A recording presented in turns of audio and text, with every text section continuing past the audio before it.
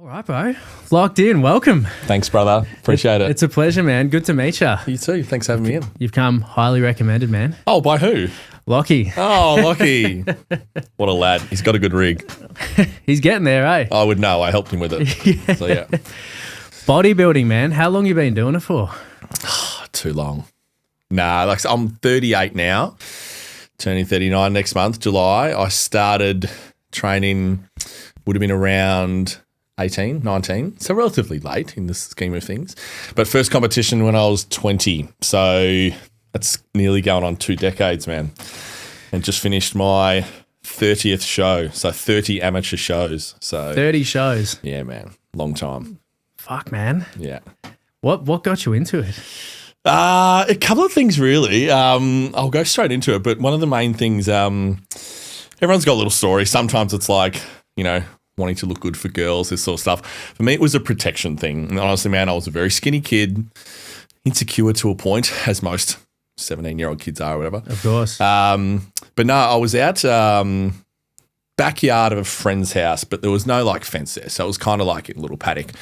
And it was me, 4 other guy mates and like 2 other girl mates. And we're kind of just mucking around and like playing hide and seek as you do as 16-year-olds or whatever and just fucking around. 3 elder gentlemen came up. They were a few years older, clearly drinking, and just mouthing off, picking on us, this sort of stuff. I had walked behind one of my mates, just sort of push her aside and go, you know, let's just leave the situation. So we started to leave.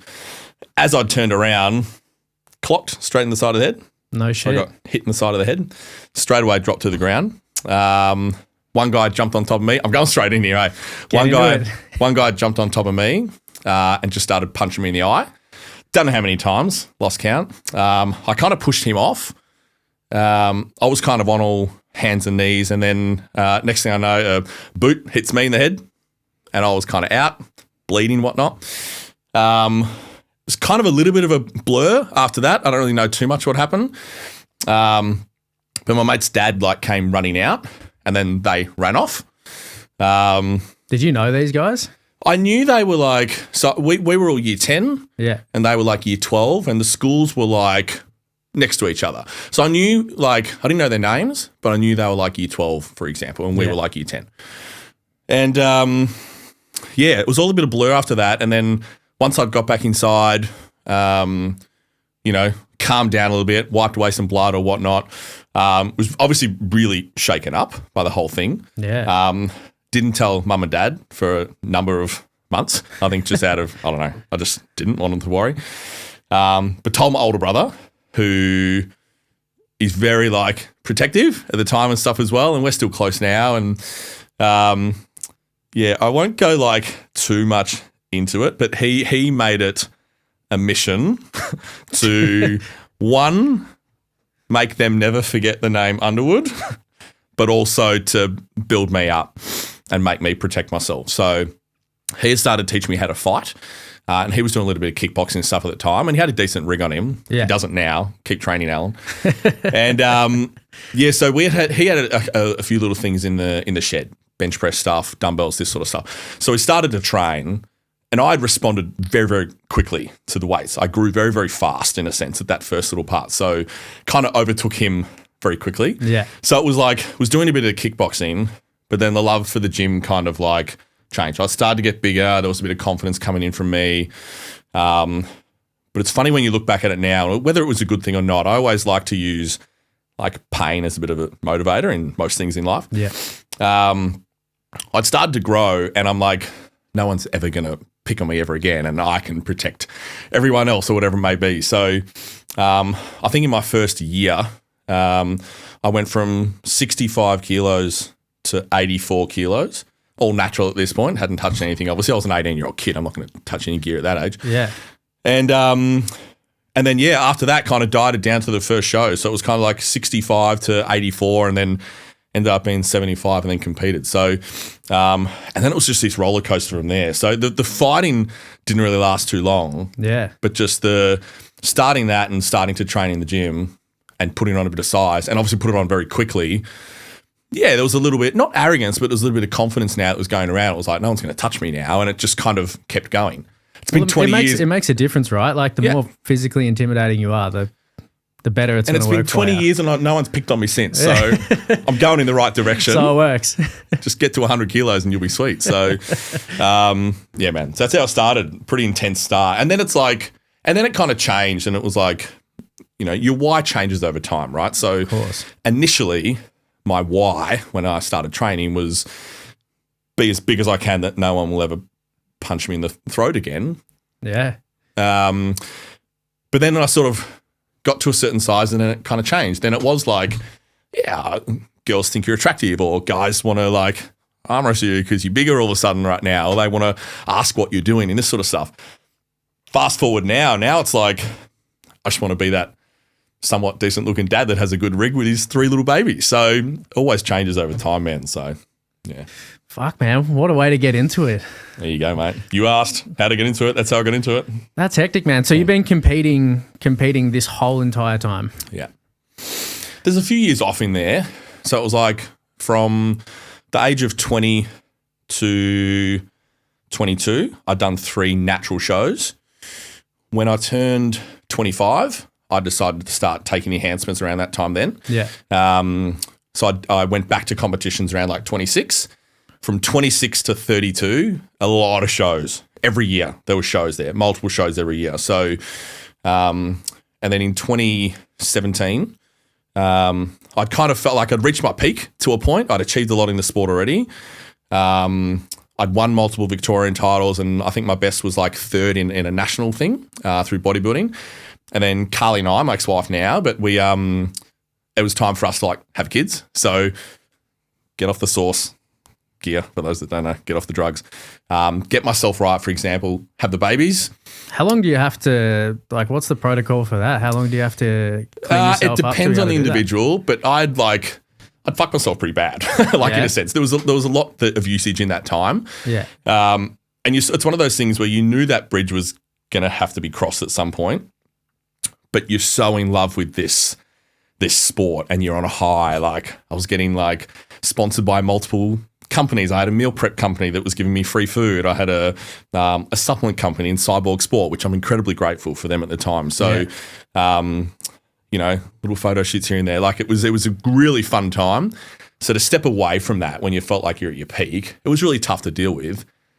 But more than anything, I wanted to be a dad, man. Like I always say, I've been called a number of things in my life, none better than dad. It's the best feeling in the world, man. Absolutely love it. Is that something you always wanted? Yeah, always, man. Yeah. Always wanted that. So it was obviously a necessary sacrifice to step away and do that.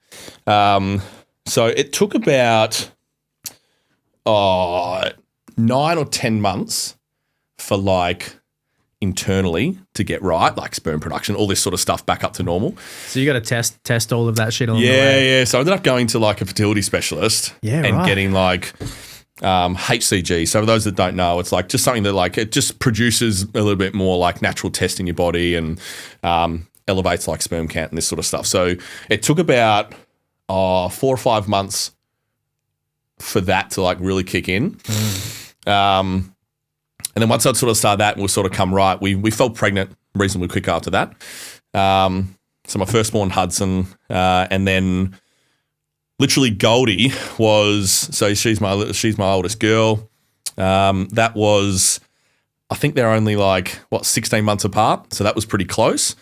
And I had like wanted to get back into bodybuilding, so it was like let's have the two reasonably close together so I can get back into training. Get it done. And all this was like a little bit through COVID too. So it was one of those things where, you know, obviously through that time, like so many businesses and stuff shut down, and especially my two things with bodybuilding and the events business and stuff. With coaching and the events business.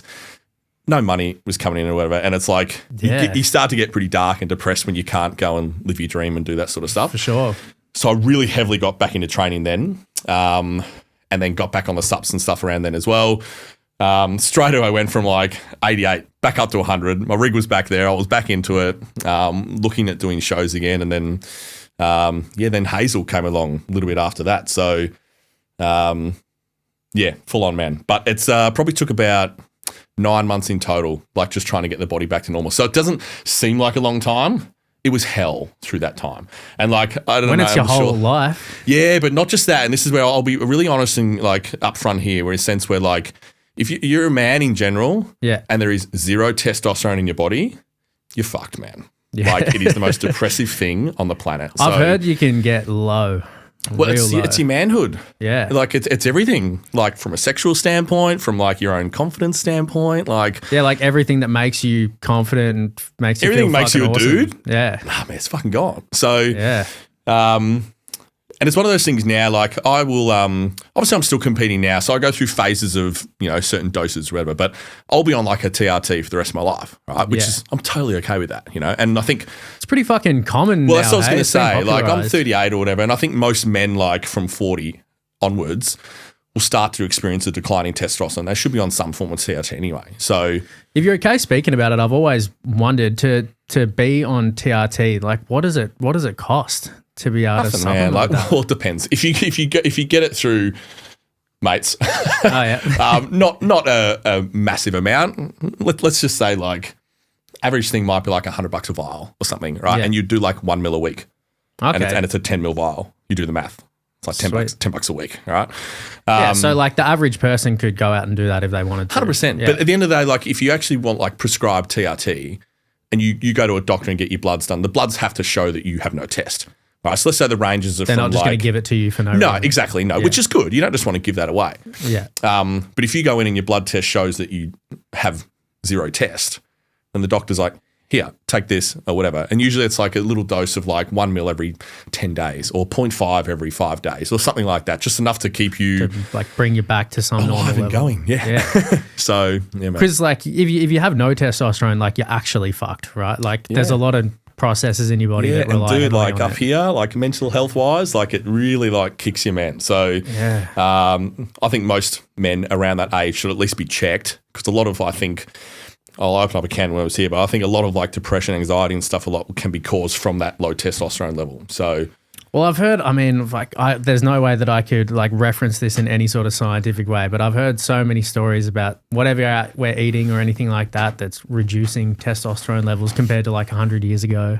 I try to keep things really simple if I'm like trying to educate a client on nutrition or just bettering their health in general. But it's like, I'm not like a huge believer in like God and religion and everything, but I do like the phrase, if God made it, eat it. If man made it, leave it. In a sense where it's like, and it's essentially just saying stop eating like processed shit. Yeah. But I eat a lot of Pop-Tarts. So it's like right now I'm off season and I eat a lot of food and sometimes it can't just come from real food. So, So you're going through all this and now it's brought you into, and I still don't fully understand this because when I was initially speaking to Lockie, he was saying that you've done something in bodybuilding that hasn't been done before necessarily. to my knowledge, yeah. And I think Yeah. even Tony Doherty, who's like the promoter of all the shows, he sort of said the same thing on stage. So essentially each year there's 2 seasons. There's 3 now, but usually there's 2 seasons. So a season A and a season B, all right? And there's usually 6 shows. And they just do every state around the country. So it depends. Sometimes the order might change, but this year it was Sydney, Melbourne, Brisbane, Adelaide on a Saturday, Perth on a Sunday. So 2 in the one weekend. And then the Nationals, which was Melbourne. So it was 6 shows in 5 states in 5 weeks. And then it's the same sort of thing for like season B. So essentially like 12 shows a year. Yeah. And again, this is one of the things like I was going through a bit at the start of the year, as most people do. And I went into my coach's office at the time for our usual check-in. And I'd been thinking about it for like a while. And exactly what you said, I'm like, I don't know if anyone's done this before. Like, has anyone actually ever done 6 shows in 5 states and done 6 separate posing routines? So I started to create this like vision or image in my head. It's like, can I do that? And I started to ask myself the questions. It's like, logistically, can I do this? Can I do Adelaide on a Saturday and Perth on a Sunday? What time's the show finish? Is there even a flight from Adelaide to Perth that night? How will that work? What's it going to cost? Like all the travel, the comps, this sort of stuff. And they're not cheap. And I don't have sponsors anymore. I'm not as popular bodybuilder as I used to be. Yeah, okay. But anyway, I went into Scotty's office and I said, I've got a really like fucked up goal. I'm allowed to swear? Sorry, mate. No, go nuts. I said I got a really fucked up goal. There's no rules in here. Nice. Go for it. And he's just like, cool, what's up? And like I said, I'm thinking a lot about like challenging myself. And like typical Scotty fashion, Scotty Go was my coach. He's sort of like, he's leant back and like this, arms crossed over, and he's like almost just intrigued to sort of go, what am I thinking about now? And I said, I want to do all the state shows. And he goes, okay. He goes, what do you mean? And I said, I want to do the 6 shows over the 5 states in the 5 weeks and do 6 separate posing routines. And he just looks at me and goes, sure, why not? And I'm like, oh, you're on board? He goes, let's do it. So then it was just a matter of like then talking with him how we do it. So it's like, how long do you have to prepare for this? Like how far out are you? This was about 20 weeks out. I'd made the call. Yeah. So I was already in shape because I did season B last year. So that's why like I was eating a lot of food by then. It's not like I was like suffering to a point, and I was still in good condition. So it was just a matter of like, what does it look like peaking each week? Like, is that something you can do? And the stress that it's going to take on the body with all the traveling, that sort of stuff. So we'd kept it to ourselves, for about a month or so. And then just I started to drip feed it to a few mates, and the response was always the same. It's like, you're fucking insane. But I'm here for you if you need. Right? I only told a couple of good mates and everything. And then obviously had a really good conversation with Carly, because obviously like, at that time we weren't exactly 50-50 with the kids. It was kind of like a 60-40 thing, but alternate weekends. So I had to obviously like have good communication with her in a sense like, it's okay if I do this. Like, I know it's going to be a lot on you. And like, she was really good and supportive about the whole thing. And credit to her, because she was virtually for those 6 weeks, she was virtually a single mum, and I had the kids like 1 or 2 nights a week during that time. So incredibly grateful. But yeah, anyway, so did the shows, and then I got in really good condition again. And then, it was Sydney, Melbourne, Brisbane, Adelaide on a Saturday, Perth on a Sunday, and then finish in Nationals. So, and when I spoke to Tony about it, and I said this was what my thought was, he's like, great, no one's ever done it, but I want people to do it. So he sort of started to promote it a bit at like some of the posing workshops and everything. So all of a sudden word had spread around, which was a good thing, because now it's like I can't back out now. Yeah, it's the accountability. Not that I was going to. There was this ego about it. Like I was never going to fail this mission. Yeah. But having a few other people now like aware of it. It's a good way to lock it in. Absolutely. And he dramatized it a bit in a sense where it was like, let's say he'd do the posing workshop in Adelaide. He goes, I got a guy in Victoria. He's going to do all 6 shows. Everyone's like, what? Who's this fucker doing 6 shows? Like, is that insane? And then like when they sort of like, at a show, Tony would sort of say it and someone would come and go, it's you that's doing the 6. I fucking knew it'd be someone like you. Oh, so people are starting to hear about Just hear about it, yeah. But it was also one of those things like let's say, why did I do it? It's like I had already achieved a lot in the sport. I'd up to, 24 shows by that point. And it's also one of those things like the clock's not going backwards, it's going forwards. There's only so many years I've got left in this. And I can do masters like next year if I want, which is like above 40. But I still want to like compete with the best, right? Yeah. Now this is me not being negative, but it's like the pro card for me, which is kind of like best in the country for that division, kind of out of the question. And what I mean by that is like there's a few imbalances on my body over like years of competing. I tore my abs, so my abs don't look completely symmetrical, so I do get marked down for that. I got a little tear in my right quad, so my right quad doesn't separate like my left quad. So it's one of those things like it's unlikely I'll ever be top in the country. So it's like, what else can I do to make myself really excited and motivated to still compete and love this sport? I love this sport. It's crazy.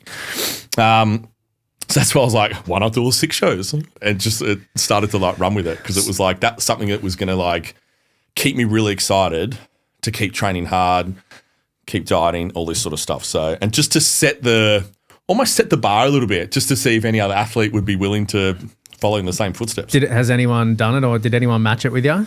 Nah, because that was like, it was just the season just gone. Yeah. So, I don't know whether someone decides to do it towards the end of the year, but. So what's the most extreme part about trying to do something like that? Is it like the tax on your body? Like, I don't fully understand what it takes to lead up to one competition. What would make that fucked up for you doing it over like 6? Well, I think at the end of the day, like, it's really hard being 6% body fat. Yeah. And it's like, let's just say you see someone like on a photo shoot or like a video commercial, it's absolutely shredded. That's like a look for a very short amount of time because it's not healthy. It's really not healthy to be 6% all year round, right? It's a lot of stress on the body. You're hungry just 24/7. It's a lot of stress. And that's what I think. It's the physical stress more than like maybe a little bit of mental stress that comes into it, trying to like stay in that condition and why am I doing this or whatnot. But for us, like it was the 6 shows over 5 weeks. So it was a long time being at that low body fat. To try and be in the best possible shape. Yeah, and I'm always known for getting ready pretty early too. So because I never really get fat in the off season. I can't. I eat Pop-Tarts and I don't put on weight. It's probably a good thing, no. Probably have to up my Pop-Tart intake. But yeah, so pretty much like from a month out, I was already at that like 7% mark. And then it was just drip feeding a little bit. So I think the hardest part was like peaking for one show. Most people peak for one show. They have a few weeks to kind of recover, and then they peak for the second show, which is their state show and then the nationals. So I had to peak every single week for 5 straight weeks and peak for 2 separate shows too. So there's a part there at the start of the week where everyone's different, right? And you always talk to other bodybuilders about what their peak week process is and this sort of stuff. And for mine and Scotty's approach, like what we decided to do was like at the start of the week, we would do like a 2-day fat load. And all that means is like not bad stuff, but you just, every meal was like steak and nuts or salmon and olive oil, this sort of stuff, but like 0 carb. So it's just high protein, or it was like 50 grams of carbs. High protein, high fat or whatever. Do that for say 2 days. I'd load carbs for say 2 or 3 days then, and that was up at like 1,000, which is a lot of carbs, right? And then you'd have like a maintenance day just for the gut to rest, and then you go compete the next day. The day of the show for me was always like 0 water. I'd have a short black in the morning, and if I felt like it, I'd just have a little sip of water here and there if the mouth was just really dry, right? So you do that for a week. All right. And again, that's a lot taxing on the body because you've sort of gone 0 carb, high carb, 0 water. It's all this random shit going on, right? And then you'd essentially you would like let your body kind of rest and chill for a week or 2 before you do that again and do your national show or whatever it is from the dates. I obviously like did that, had a day rest, and then I'd repeat that same process because I had another show. All right. So by the time I went to Brisbane, which was the 3rd show, I felt I'd started to lose a bit of condition, and I think it was because like everyone else was dieting at this point, but I was still doing fat loads and carb loads and stuff. So after the Brisbane show, which was the 3rd one, we decided to like pull the calories even more, but don't do a fat load, don't do a carb load, literally just sort of go in reasonably flat, but do like one day before the show, like load up on carbs. Adelaide turned out to be like my best show. Turned out to be my best look. All right. And again, there could have been a number of things like no shit. I caught up with a couple of close mates up there, like Jeremy, one of my all-time best mates. Stayed with him a little bit, like we trained, and it probably just helped reduce stress. You were with one of your best mates, you were hugging, you were training, you just like didn't really think about bodybuilding too much, and that's obviously a big thing. Caught up with Jamie Skipper, another one of my good mates. We did a little podcast together, like hung out. He drove me around and whatnot. So there was not a lot of stress going into Adelaide. I had a really good time. So that could have been why I looked really good there. But then from Adelaide to Perth, the Adelaide show finished at, I reckon, about 1:30, 2 o'clock. I had a 3:30 flight from Perth, so I went straight to the airport. It was like an hour delay, as there always is when you're trying to get somewhere really quick. There's always a delay. Love you, Jetstar. Arrived at Perth at, I think it was like, it was about 8 o'clock at night or something like that. Massive Uber to where I was staying or whatever, prepped a few meals, all felt fine, went to bed, woke up the next day, really fucked. And what I mean by that is like I could barely move. Couldn't get out of bed. My whole body was like cramping and seizing up and stuff. Every time I tried to take a step, I'd just fall back on the bed, incredibly nauseous, in and out of like, not consciousness, but just like fucking seeing stars or whatever. I just kept going like really like black in my head. I'm like, what do I do here? Because I've got to go compete in like 4 hours. Do I call Scotty? Do I call Triple O? Are you by yourself? By myself in this like hotel room. Sorry, this little Airbnb or whatever.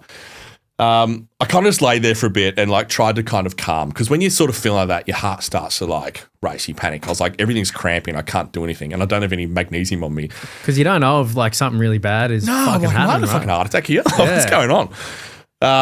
So I ended up kind of calming myself down enough to then like, okay, walk, grab my meals, all this sort of stuff, called an Uber. That arrived out the front, and then I'd packed up on my stuff by this point.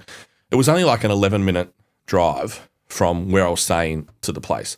Literally passed out in the Uber. The dude's like shaking me to wake up. It's like, you're here. And I'm like, oh, really? Fuck. Tried to carry my bag, went and got the tan, and then, pretty much laid backstage. It was about 3 more hours until I was about to compete. I was cooked at this point. Still hadn't eaten. I was just not feeling great. And then Scotty came up, and Josh, who's another close mate of mine, he's like, are you good? And I was like, nah, I'm not good. Broke down crying, just bawled my eyes out crying. And then like Josh, one of my mates, took a knee and he's like, what's up?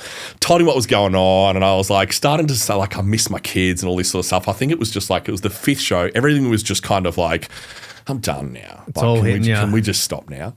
But again, in the back of my mind, I was like, I was never not going to do it. I just had to kind of like try and summon some strength to do it. Yeah.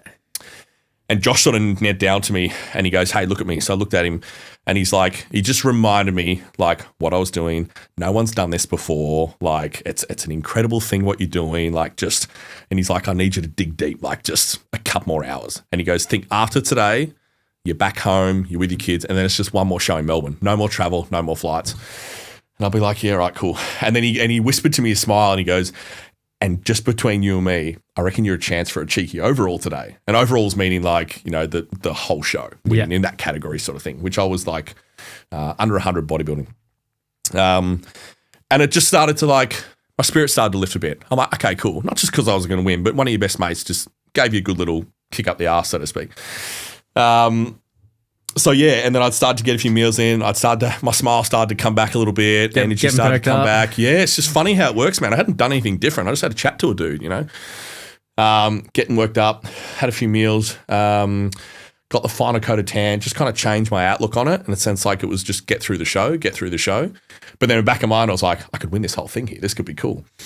So anyway, I did that, did the routine, really cool routine with that one. And then when Tony sort of announced like the winners of those categories to go and battle out against each other.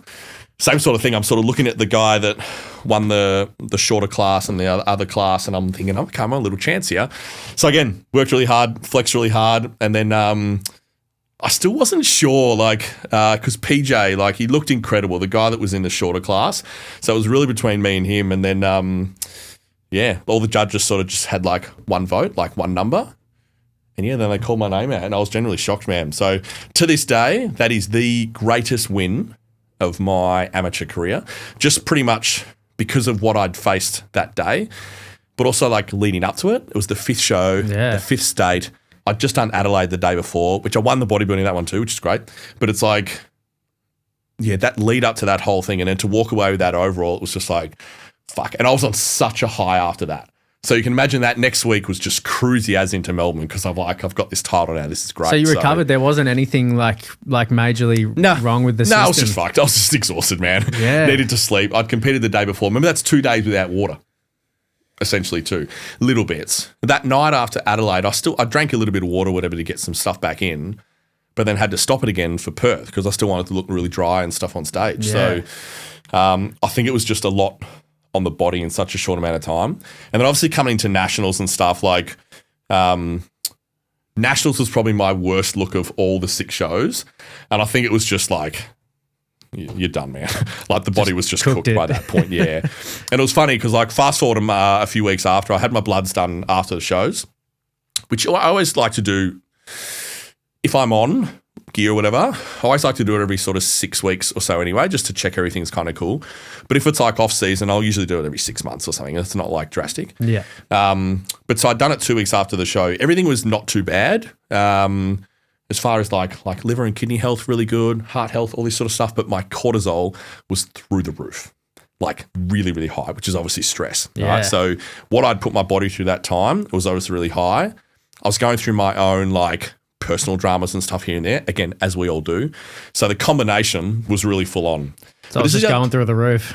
Yeah, but this is where you don't overly post about it. I did in my blog, but I didn't jump on like Insta and say this sort of stuff. But it was about 4 weeks out from the first show, 4 weeks out from Sydney show. I'd taken all 3 babies, my kids, not 3 girls. I'd taken 3 kids. I don't have 3 girls. I took them to a Moomba festival in Melbourne, right, which was a really cool little day. And I was only gone for 2 hours, and I came back, and my house had been broken into. Right. Now, again, single dad of 3, there's like in my room, just to paint you a picture, it's like there's a double bed, right? There's a cot and there's, a mattress on the side, right? Hazel sleeps in the cot, Goldie's on a mattress on the floor, and Huddy sleeps in my bed with me. My mattress was flipped upside down, cot tipped over, mattress up against the wall, TV tipped over, all clothes out of the drawers, and $3.5-4 grand taken out of my sock drawer. Fuck. My own fault for having cash in there or whatever. Do you know who it was? Nah, not at all. Just fucking someone coming to look for shit and do that. That's so shit. That was a month out. And again, that was a stressful time. And you can imagine now like me going to bed in that house. And it still kind of fucks me a little bit. Someone's been in here. Someone's been in this room. Someone's like trashed it. Just knowing that there's people who are prepared to do that. To do that, yeah. And When you got a family I've got a guitar or, whatever behind my front door now, just as it's fucking with my brain a little bit, Yeah. right? Someone's been in my house and they know that now I have cash on the premises sort of thing. Like what's stopping them coming back with 4 dudes Yeah. when I'm there with my babies? Very alarming. So that sort of dealt with that. And then 1 week out from Sydney, I had $15,000 stolen out of my Bear Bros account, which is my hens party business, fraud or whatever, through Facebook ads from the Netherlands. So I'd booked all these flights. What the fuck? All right. And there was and I checked my account, there was like 17 grand in there. I'm like, great. Went to bed, woke up the next day, there was $2,000 in there. And I'm like, what the fuck happened to 15 grand? So I started to look through my account, and there was 40 transactions of $160. There was 20 of 80. Ended up being around $15,000. So I'd call the bank. I'm like, what the shit is going on here? And it stressed me out because it's obviously when it's a fraud thing like that, 95% of the time that comes back. All right. It's because it's clear evidence with it. But I was obviously freaking out, and I said to the lady on the phone, I was like, am I going to get this back? She goes, oh, look, we can't guarantee this. I'm like, you better fucking guarantee this. It's 15 grand. So I had $1,000 to my name, and that was it, going into 6 shows.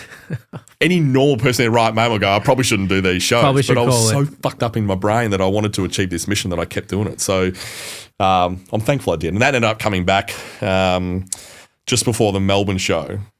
But again, that was hanging over my head that whole time. It's like, am I going to get this money back? So again, there was so much stress and cortisol going through that whole process, dealing with that sort of shit whilst prepping for these shows.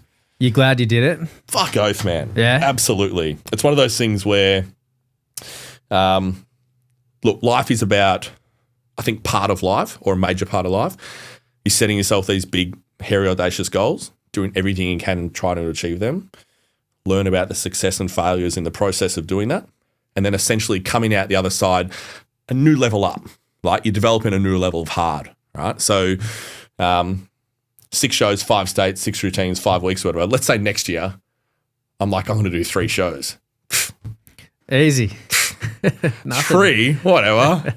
I might do 10. I'll see what happens. Yeah, I won't do 10. Or will I? I'll leave it open. We'll see. But I'm glad because it was a really cool challenge and achieved it, which was really cool. But this is one thing, and I'll add this to this before we move on, and it's I battled a bit afterwards for a number of weeks. How so? Right? And even now to a point still, because it's I'm struggling with either wanting to celebrate what I'd just accomplished, which was an epic thing. It really was when you look back at it. But looking for the next thing, because I don't have any. When I say I don't have anything now, of course I have lots, but it's I was getting so much dopamine from doing these shows, so much meaning, all this sort of stuff. All of a sudden it stopped. And then all this other stuff started to come up, quote your, not your shitty laugh, I don't want to say that, but all these other little stresses or whatever start to come up, and bodybuilding's not there anymore. Yeah. So it's you want to celebrate what you just done, but I'm not getting that dopamine response anymore, that serotonin kick that you get from just challenging yourself and competing. So it's like I'm trying to now. How do you find that meaning? Well, what's my next goal? That's kind of what it is. Do you have one? Yes and no. I think as well, if I'm being really honest, the last month I've been really lazy. Lazy with training, lazy with like meal preps and stuff like that. I'm still eating clean and stuff, but not really tracking a lot of stuff. Part of me is like, dude, you've earned the right to like chill. Yeah, is that a problem? You can no, that's what I mean. But like when you're wired a certain way and you've tracked everything for fucking so long. Because you would have had to be so fucking regimented. Dude, I'm the freak, okay, that if one of my meals is 200 grams of steak and 30 grams of almonds and it's 31 grams of almonds, I cut an almond in half to make it 30. Right? So now you're it's getting like, it right. Yeah, but it's like, will that in the end of it make a difference on stage? No, but it makes a difference here. Yeah. Right? So it's like... And you want to know you're doing... Like if you feel if you catch yourself slipping, hey. Yeah, so if I stand on stage and someone beats me, I'll shake your hand because it's like I did everything in my power to like cover every single box. Right? But if you're sitting there going, fuck, well, I should have taken one almond off the scales. Should have cut that fucking almond in half. But in saying that, there was a few times where I did have some of the kids like Tiny Teddies, because Tiny Teddies are life as well, just behind Pop-Tarts. But yeah, so I think it's now like there's a lot of other like business goals I'd like to like transition into. It's just a matter of what they look like. But I'm starting to get that like kick up my ass again from like a couple of close mates and mentors and stuff. Had a really good conversation with a mate last week. Even Lockie's been really good back and forward, like just trying to like find a new spark that's just not outside bodybuilding. I'll always bodybuild, but like that's not overly a really massive challenge for me anymore. Like I know how to get in shape. I know how to compete, this sort of stuff. So like next year I might set another crazy bodybuilding goal. But yeah, it's time to just veer off a little bit. But I just don't know what that is yet. I know I want to grow Bear Bros. I want to grow my coaching business or whatever, or the posing side of things. But I just don't know what to do with that yet. How'd you get into Bear Bros, man? Tell me about this. I just wanted to get naked on the weekend. Hey, no. When did you kick this off? 2017 or 2016. So it was Chris and myself. So Chris is Carly's brother. And yeah, we had kind of like wanted to do something together for a while. And then he approached me and he goes, I've got this idea. I'm like, great, share it. And he goes, let's start a candle business. And I go, weird, but I'm intrigued. Let me have it. And he had no money. I had a bit of money at the time. So I was the one that was going to put about 8 or 10 grand into it. And it was just more like, I love candles. And I'm like, cool, good for you. And he goes, you've got a rig. And I'm like, I'd hope so. And he goes, let's start a candle business together. It's like 2 guys doing it. But and obviously there's so many candle businesses out there. So I said, okay, what's our point of difference though? And he goes, we just wear aprons and nothing else. I'm like, okay, I'm still intrigued, but what's this about? So he had like that natural like dad bod, big hairy chest, 6'3", athletic, beautiful hair, gorgeous looking human. And I was like, hey, shout out to Chrissy over in Norway. He's in Norway now, bless him. And I had the rig just from doing these shows and stuff. So the marketing was us in aprons and just selling candles and stuff. And it kind of did well, but it's like we went and did a friend's mother's 50th birthday. Stay with me here, right? And she's like, can you teach us how to make candles and almost do like this little workshop? I'm like, weird, but sure, let's do it. So we did that. We wore shorts underneath the apron. Okay. And there's this photo, I'll try and find it to you and I'll send it to you, but there's this photo of like me and Chris standing like this and it's from behind. I think Carly took it. It's from behind and it's me looking up like this, looking over my left shoulder. And I said to Chris, I've got a really fucked up idea. And he goes, what's that? And I said, hens parties.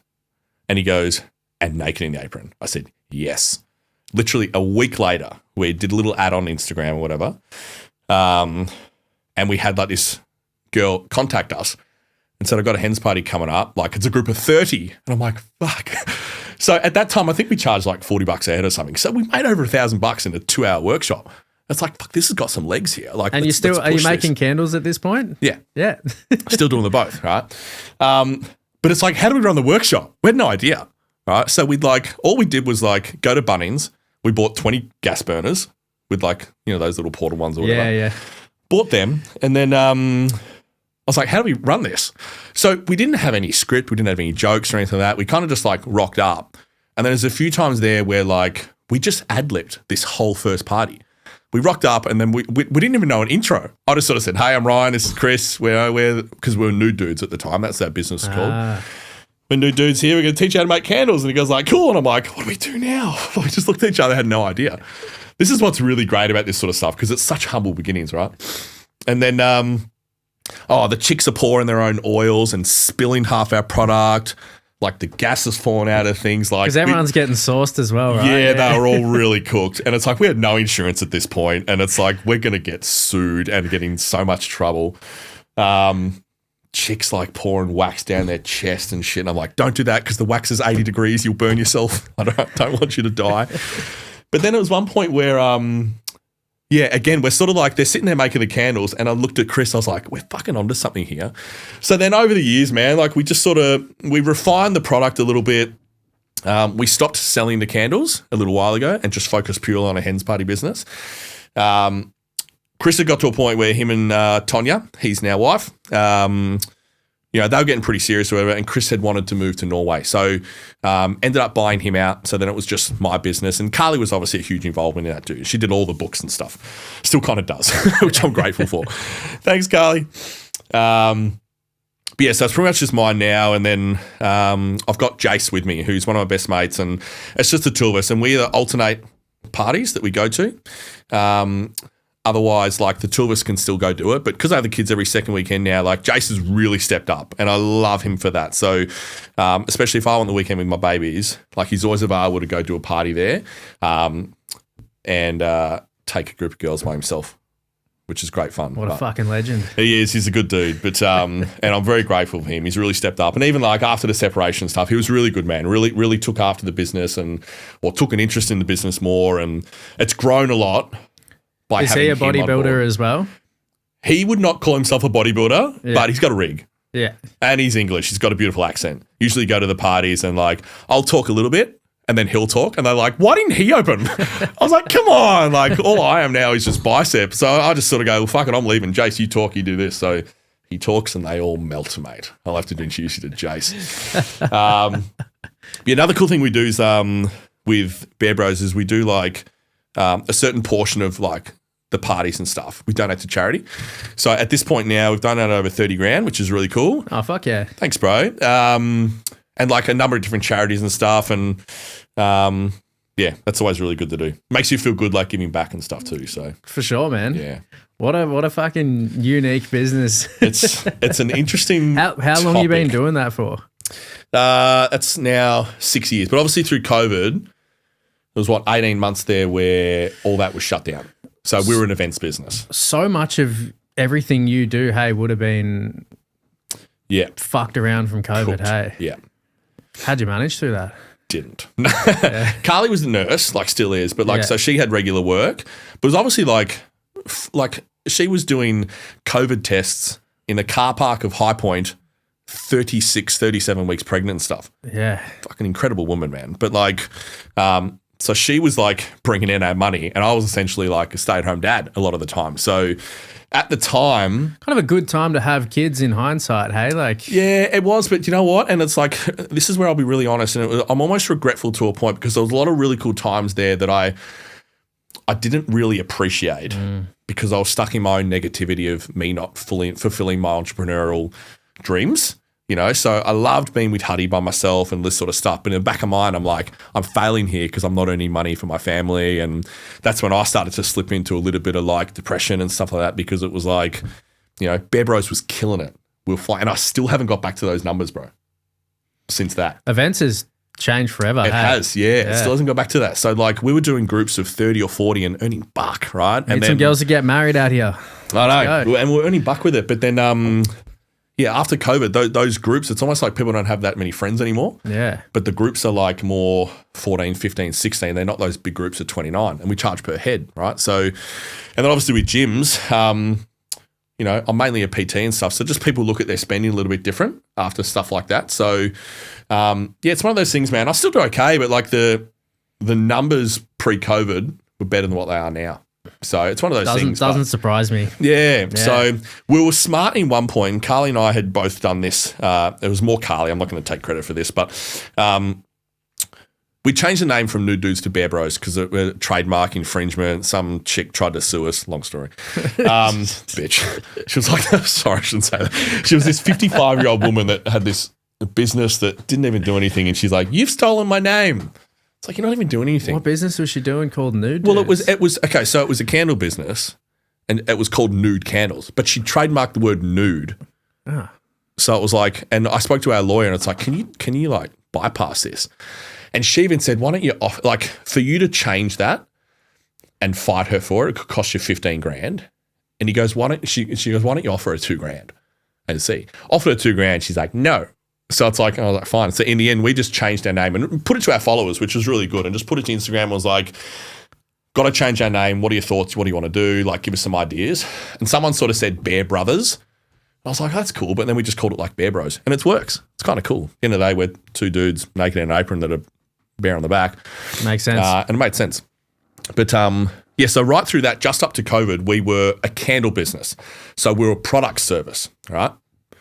Just before like COVID got really bad, it's almost like Carly sensed something was going to happen. So she's like, let's change the business to an events business because we were doing more events anyway. So we'd spoke to the lawyer about it. We'd changed it from a candle business to an events business.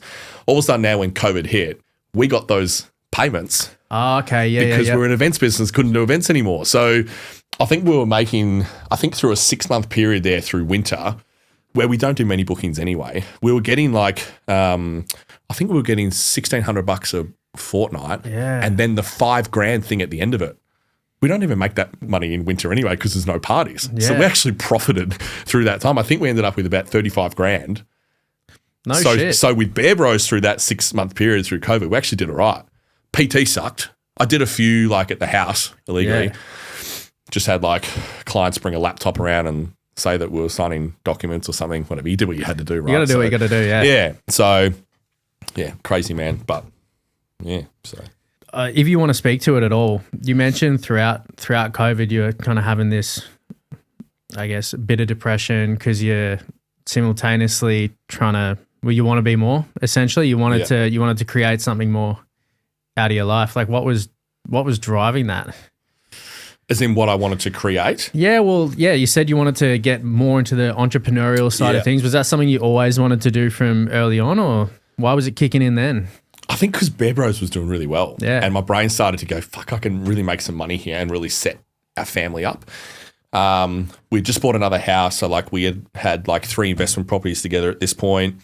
Bear Bros is doing really well. And it's like, this is something where we were getting like multiple bookings every weekend, and like I started running numbers in my head. I'm like, this is great. Like you do that and then essentially like hire a couple of guys to do it for you. I wouldn't have to do it anymore. I'd have the weekends free with the family and this sort of stuff. And then you had such a strong vision of what that looked like. And I'd always had that with bodybuilding, essentially what I wanted to look like, what I want to achieve. But I always struggled with that with like business. Yeah. And I remember a mentor of mine said to me, I've never seen someone so disciplined when it comes to like training and like your bodybuilding, your shows, this sort of stuff. And he goes, the minute you transfer that into like business, you'll start to do really, really well. And I just haven't been able to be honest, to like transfer that same sort of thing to it.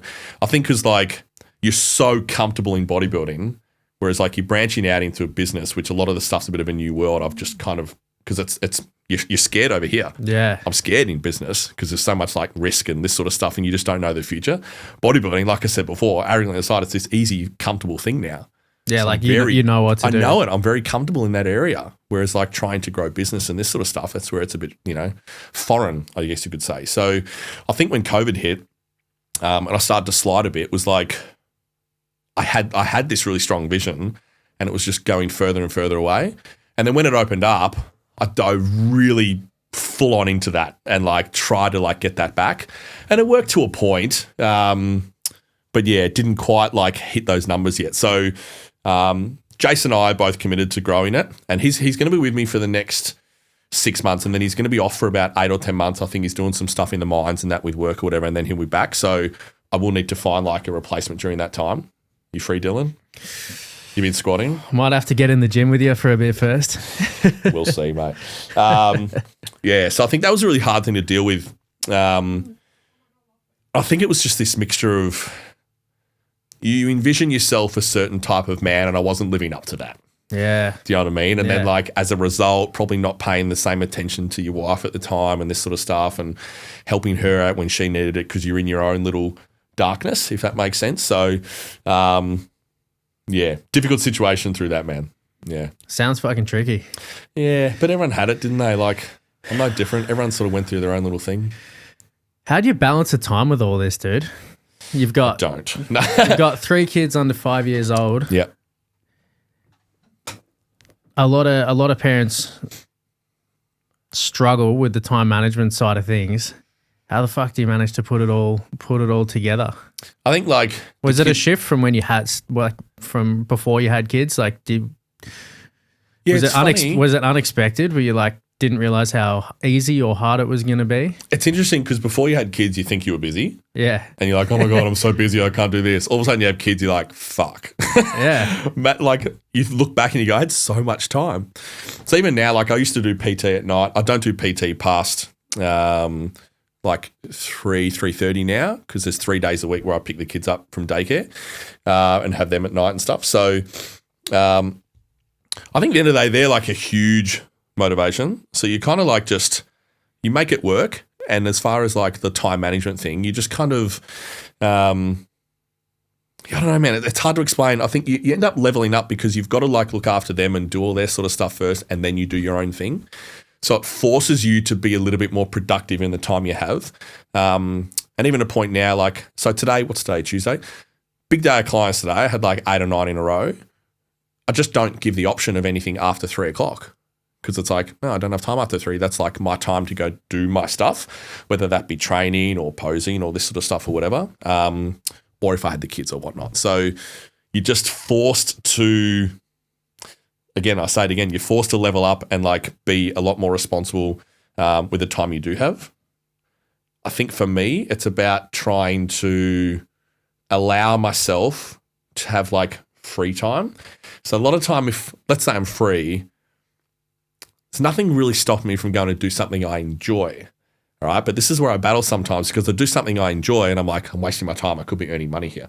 I could be building content here, or I could be posing. I could be training something. I could be doing something, as opposed to like, why not just like go out with a mate for dinner? Or just why go not and just enjoy yourself. Yeah, why not just go fucking walk in a park somewhere? Or, you know, why not go temping bowling? Yeah. Or just go do something fun. Go learn archery, you know, whatever. I don't know why that came into my head, but it's just. How do you make that choice? Good question. Or it's a fucking battle each time? It is a battle, I think, because I think it's one of those things I do. And again, I'm always honest, man, and I'll always open up to you. But it's like, I think now I live a lot in fear. What I mean by that is like, because I'm by myself now, and it's like, and I have these 2 businesses. I have coaching and I have Bear Bros, and we do have another little business on the side called Resilient. Shout out to the boys, Liam and Kane, like out in Eltham. It's like a recovery center. Oh, really? Yeah, and look, they've smashed it, and I've really let like the ball drop in there in a sense where like I just can't get out there to help them. Where is it? Eltham? Eltham. Yeah, okay, yeah. right on. So called Resilient. So good name, great name. No shit. And credit to Kane because he's really like taken that under his ring and really smashed it and stuff. So we each put a certain amount of money at the start, and we did that and built it all together and everything. And then over the time, sorry, I digress here. No. Over the time, like life had changed. I had the kids more, training, Bear Bros, all this sort of stuff. It's just really hard to get out there. So I do want to try to free up the time to get out there and help the boys build that. It's just a matter of finding out what that looks like. Where was I going before I said that? Can't remember now. So you were talking to me about how you find the time to do these things and put it all together. Yeah. We can make our way back to it. I wanted to know, just with this recovery center, what's in there? So we've got like a couple of saunas, a couple of ice baths. Fuck yeah. And like those recovery boots, that sort of stuff. Those, I can't remember what they're called now. Like but the ones that hang you up? Not those ones. No, not them. You sort of put them on, like they come up to your hip. We've even got the arm ones as well. So it's just like reduces like a lot of information. Yeah, Yeah. compression boots. Yeah. So they do like reduces a lot of inflammation in your body and this sort of stuff as well. So it's a really cool little setup, and it's just on top of Liam's gym. So Liam's got a gym called Revive. out in Eltham. So it made sense to sort of build it on the mezzanine up the top of there. Is that on the main strip or? Nah, it's off Peel Street. It's very close to Bunnings. You got a pretty good arm, you can throw a rock and hit someone at Bunnings. I used to do boxing down at Shadows. Oh, really? Is like right around the corner from there. Yep. Yeah, no shit. Perfect. Yeah. But no, it's great, man. It's a really cool little spot. And like I said, the boys have done really well building that. So that's probably a long-term gain. We do really well through winter as far as like getting all the footy boys and stuff around the area. I think we struggled through summer, but I think that was just like, I think we failed to market a bit through like the summer sports, for example. But again, it comes down to that same thing where it's like what people are willing to spend. But I came across a really good quote the other day where it was like, stop looking at gyms and healthy food as an expense. It's an investment in your like future. 100%. You know what I mean? So this is where sometimes people cut out this sort of stuff, but they'll still have their 20 beers on the weekend. Yeah, well, it's like to go to a gym is not expensive. Even, you know, it's not expensive in the scheme of things. Most people should be able to afford $20 a week for a membership. For sure. Yeah. Definitely. Yeah. And I say that with respect because I know there's a lot of people that do struggle. So, yeah. Of course, like we can't cater for everybody in this conversation, but like generally speaking, you know, someone's got like a Netflix and a Stan account that's just kind of rolling over. That's your $20 a month right there. You know, things do add up. And if you think, I always think that when I'm training, paying for like martial arts or the gym or something, and I'm like, well, I'm getting so much out of it. Yeah. You get so much out of it compared to what you have to spend when you think about other shit that you like, I fucking waste money on heaps of shit. We do all the time. Yeah. 100%. Not this setup though. This setup's great. You've killed it. Yeah. This is lit. I remember now, before you say that, go. Because when we were talking about, I live in fear a bit when it comes to the finance, right? Because it's like, it's just me now. So what I mean with that is like, I can't break or I can't fail because I don't have anything to fall back on. So it's like, if I, for example, like lose all my clients or, for example, Bear Bros stops getting bookings, I'm fucked. So there's this fear where it's like I have to earn a certain amount or I have to be so far in front that I'm safe. So a lot of it is like a security thing. So it's like, and look, I do okay. I earn fine money to like live my lifestyle now. I'm probably not going to be out of PT forever, right? And again, that might be something that changes in the future where people just don't want to spend on that. But it's also a thing with like Bear Bros. That could just like, touch wood, that could just stop at any moment. People are like, I don't like this anymore. All of a sudden we're down a few grand like from parties and shit. Yeah. Right? So it's like, this is where I struggle with like doing stuff that sort of brings me joy and peace and happiness because it's like, I could be working to earn money here. But then it's like, to get yourself further away from that survival line. 100%. But then it's also a thing when my babies are like 5 and under, I don't want to miss that. So it's this fine battle where it's like, I want to hang out with them as much as I can because they're already growing up so fast. But how do I earn enough money to be safe and secure? So it's this really fucking thing that I need to kind of like, my therapist loves it.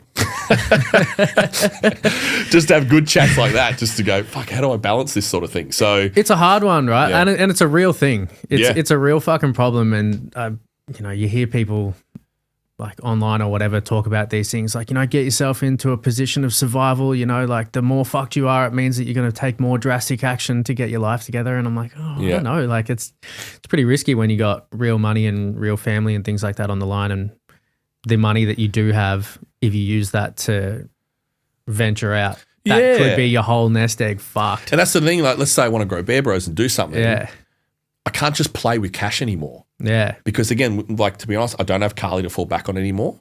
I don't have that secure kind of like, we recently sold one property just so we could, because we were both struggling, so we could both get by. So, and again, first world problems, we still have 2 together, which is great. And I know a lot of people don't have that. But yeah, you learn a certain way of living and it's sort of all changed now too. So, but then you're also battling that thing where it's like being grateful for this really, really small things. And I'm learning that.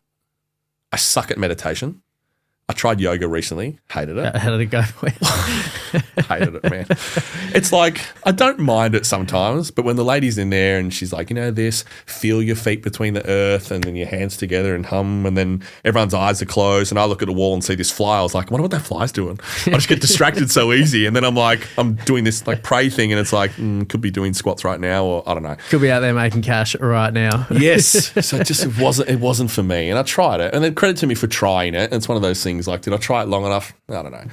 I'll try the next thing. But I was saying before about being grateful and stuff. And there's this thing where it's like, you try to look for the little things and little moments in life and stuff. And I'm going to segue a little bit and I'm going to tell you a story because it's like 2018, Chris and I with Bear Bros, we had supported a number of different charities. And Chris and I both at the time were going through a few things. And what I remember that is like, this was when I had somewhat retired from bodybuilding. All right. So I wasn't, around that scene anymore that I'd love so much, and whatever it may be. So we decided to support Movember, okay, and do like men's mental health, that sort of stuff. So I think we'd raised about, I think it was like $7,000 or $8,000 together, and we were going to go climb Mount Everest, right? Base camp. Sick. Not Everest, like base camp, okay? So how high is base camp? I think it was 5,500 meters. Still pretty high. Pretty high. Pretty high. I think Everest was like 17,000 feet. What's that in meters? I think it's like 28,000. Something kilometers. Yeah, something like that. So like pretty high. So what can I do that? And plus like Everest is fucking like $60,000. It's expensive as, hey, yeah. So base camp, it wasn't like that. It was about $5,000 each. And it was I think it was a 14-day trek. It was 7 up, 5 back, or 7 up, 7 back or something. And it's like we didn't necessarily do any training for it because it's like, it's just a walk up, right? Like how hard can it be? Turned out to be really fucking hard. Long story short, I'll tell you what happened. But it was like as we were climbing up, we were really fine. We were great. Chris and I were fit as, we were fine. We were getting up there. And it got to a point where we were a night before reaching base camp, okay? I'd started to like feel strange, a little bit shit. I'd started to feel dizzy. I dropped below the pack a little bit, and I even like recorded on my phone, like talking. And I don't remember what I said, but looking back at the video, it's like, oh, this is great. Awesome. Climbing up here, like looking at the scenery or whatever. Beautiful scenery around Nepal and Kathmandu, by the way. And I'd sort of got to this like mark, and we all had like pancakes, and like dal was like the meal of choice up there. And Chris is like, you good? I said, yeah, I'm just going to step outside for a sec. I step outside, everything just went white, and I'm like, something not right here. And then I don't remember anything after that, all right? And I was on the ground. Next thing I know, someone was doing like CPR on my chest because I wasn't breathing. So there's this chick, and like I was kind of woken up, and she's like pounding my chest and like speaking to me in this different language. I'm like, what the fuck are you doing on my chest? Get off my chest. What? Just freaking out. And then someone that spoke English was just like, you just passed out, like just chill for a sec. And I was bleeding on the side of my head because I'd smashed my head on the side of a rock as I fell.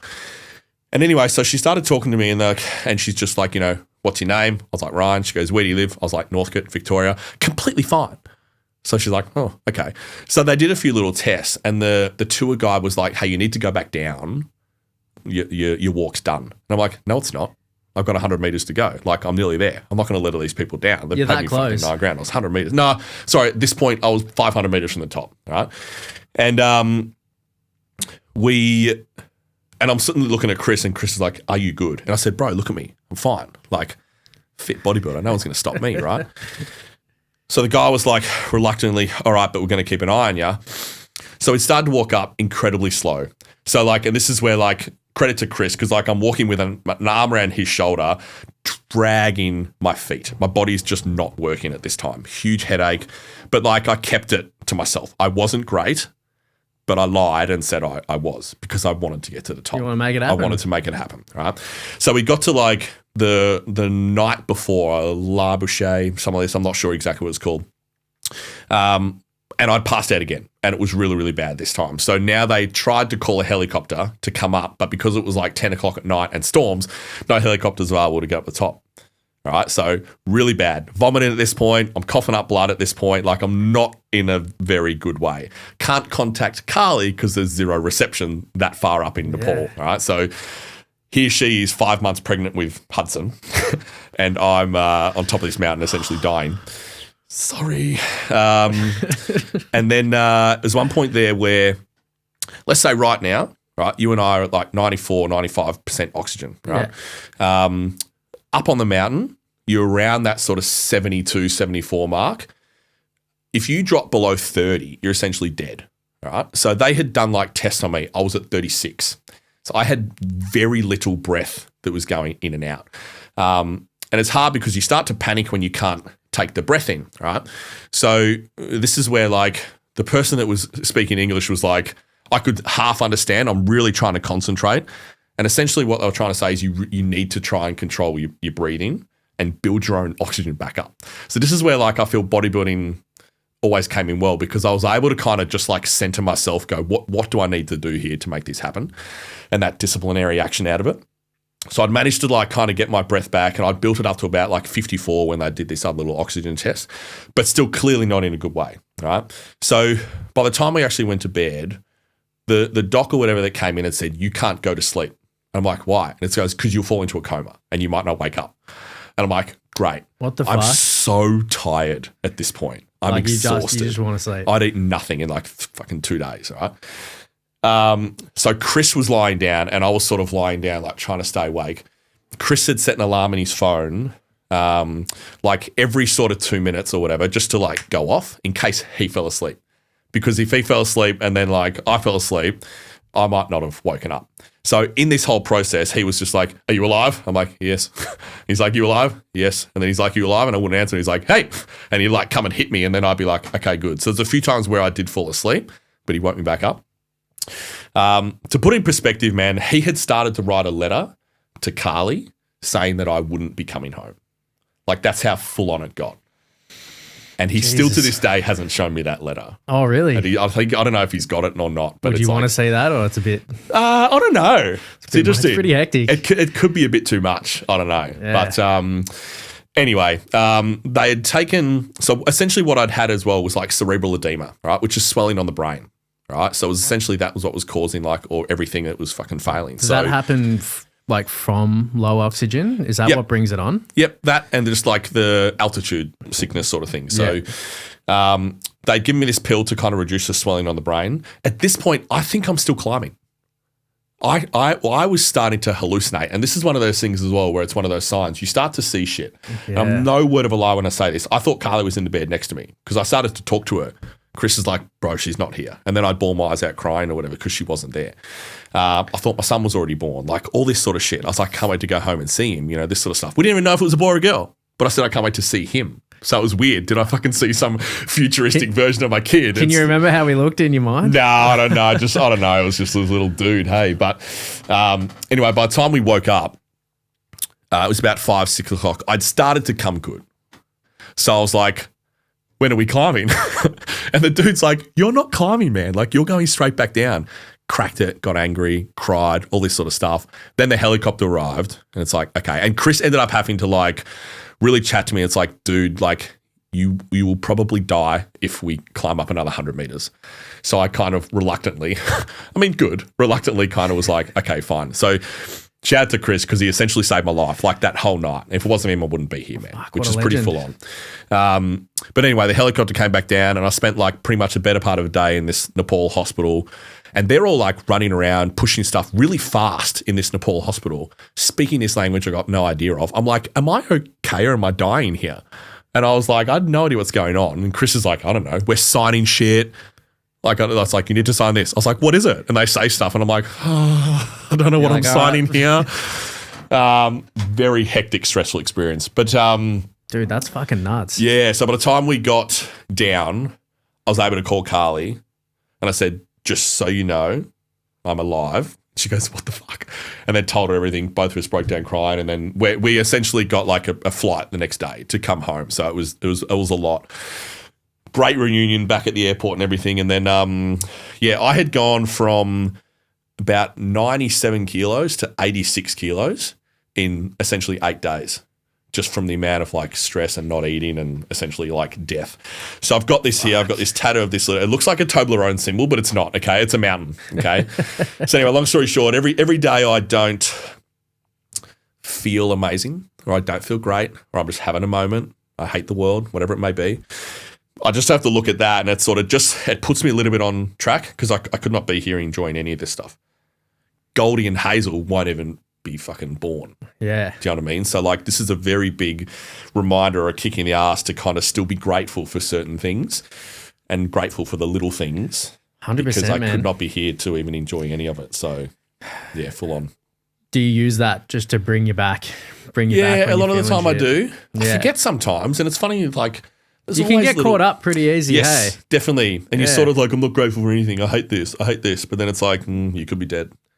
But also, and it's one thing where like I think I heard this from Tony Doherty, and like I've had good chats with him about a lot of things like over the last couple of years. He's always been a good little mentor sort of thing, where he's like, your worst day is somebody else's best day, or like you may think something's going on, but someone on the other side of wherever it may be, even on the other side of the street, would kill for your life. So you try to think like that. It doesn't diminish what you're going through.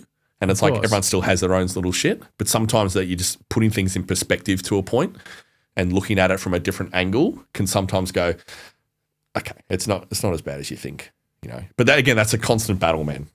Therapist loves it. It's fucking hard Shout to out get to Brett. Hey, man. It's fucking hard to get Awkward. perspective. Like when you're going through it, when you're in the weeds in your own mind, it's hard to get out sometimes. Yeah.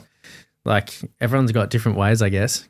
Guess you can get into the gym and just Yeah, and smash it out. Does that's that help? always been good. Yeah, 100%, man. And again, to a point where that can sometimes be a bit detrimental because best way to grow is like train your ass off and rest. But I don't rest very much these days because it's one of those things where it's like it's good for here. It's good for my head. So you're always wanting to train because it's like that's your moment of peace. That's your moment of joy and happiness. You know what I mean? So, and I've struggled, man. Sometimes it's one of those things where like, and I've always been honest with it, where a lot of the time I don't, you know, besides like the gym and the kids, like I look for my smile, you know, I've lost it recently and I'm being honest with that. So it's like, you're always kind of like trying to find something, but the gym is always like a centerpiece, man. it's always there. It's always there. 200 kilos will always be 200 kilos. Yeah. It'll never fuck you around, never do anything, it'll never leave you, or never do this or whatever. So Yeah, it's not changing. no, None of it's that's always changing on there. you. And it will tell you if you're working hard. It'll tell you if you're not working hard. Like it's always like your best friend. It's a pretty good standard, hey, yeah. to just measure yourself against constantly. Yeah, man. But as a result, like training that often, you like hurt yourself if you know, you're Yeah. pushing yourself too hard. So I think in the moment now, my main aim is to try and like reduce that cortisol level in my body. You know, and whether that's like going to do things that are different outside of the gym and this sort of stuff, explore different things, challenge my brain to, I don't know, achieve something else. Don't just always rely on bodybuilding, because it's funny because I said to you before, I was honest with you, like I do all these shows and like, you know, 6-7 weeks ago doing all these shows, like I'm on top of the moon, man. Like I'm doing all these things. I've got this purpose and everything. And then all of a sudden it's finished. It's like, what do I have now? Yeah, It's it like just I've gets got taken a away. fuckload of stuff, man. But it's like you're so involved in that. So that's where it's like I was saying before about, you know, getting a little kick in the ass to kind of go and do some other stuff. That's coming now. I've got a number of like good people in my life and good mentors and stuff. Catch up with one mate, Chris Sweeney. Shout out to you, one of my best mates and a good mentor. He's going to help me with some Bear Bros stuff moving forward. And we're just going to, I think we're going to have a shot of whiskey on Saturday night together and just write down some shit. How to get through some thoughts that might be coming in, but also like just set goals. I think like not just saying it's for men. I think men and women do better when there's like targets and when you've got like a mission, you've got something to try and do. So at the moment, not to quote Arnie, I'm just kind of wandering around with no vision. I need a vision again. I'm trying to create something to kind of, you know, chase and work towards. So What's the process for that? Like how do you go about trying to put together a vision? I'll leave that up to Chris. Yeah. I think mainly like even writing stuff that excites me. And there's a lot that does excite me. I'm loving the whole posing side at the moment. I love performing on stage. That's why I did 6 routines, right? And I wanted to show people, because most people just do the 1 routine and they do that twice. I did 6 routines over 5 weeks. So I love coming up with that. I love the performance side on stage. I love expressing myself through dance and posing. And like I've been promoting that a little bit post-show, and I've got 9 new posing clients into season B, which is awesome. So I feel there's a really cool gap in there to really educate people on posing because it's such a huge thing with bodybuilding now. So that's definitely one avenue I really want to like run down and tackle with. Yeah. So it's like, how you talk about business and different little things where it's like, let's say, for example, the business I do now is like coaching and PT. And it's like, you're right, coaching and PT, what's a branch off that? Posing, what's a branch off that? Ebooks, what's a branch off that? Posing workshops, what's a branch off that? Routine stuff like setting up a studio, and then you just like draw a little shit.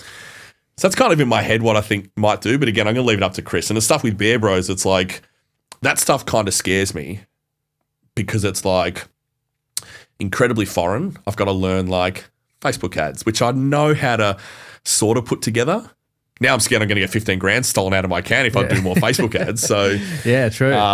It's like learning that, how do we build 100 grand on top of Bear Bros, And like, it's one of those things, if I did that, a lot of my stress would reduce a bit because it goes back to that thing I told you before about being a little bit more safe and secure. Of course, yeah. Because like that business is now thriving.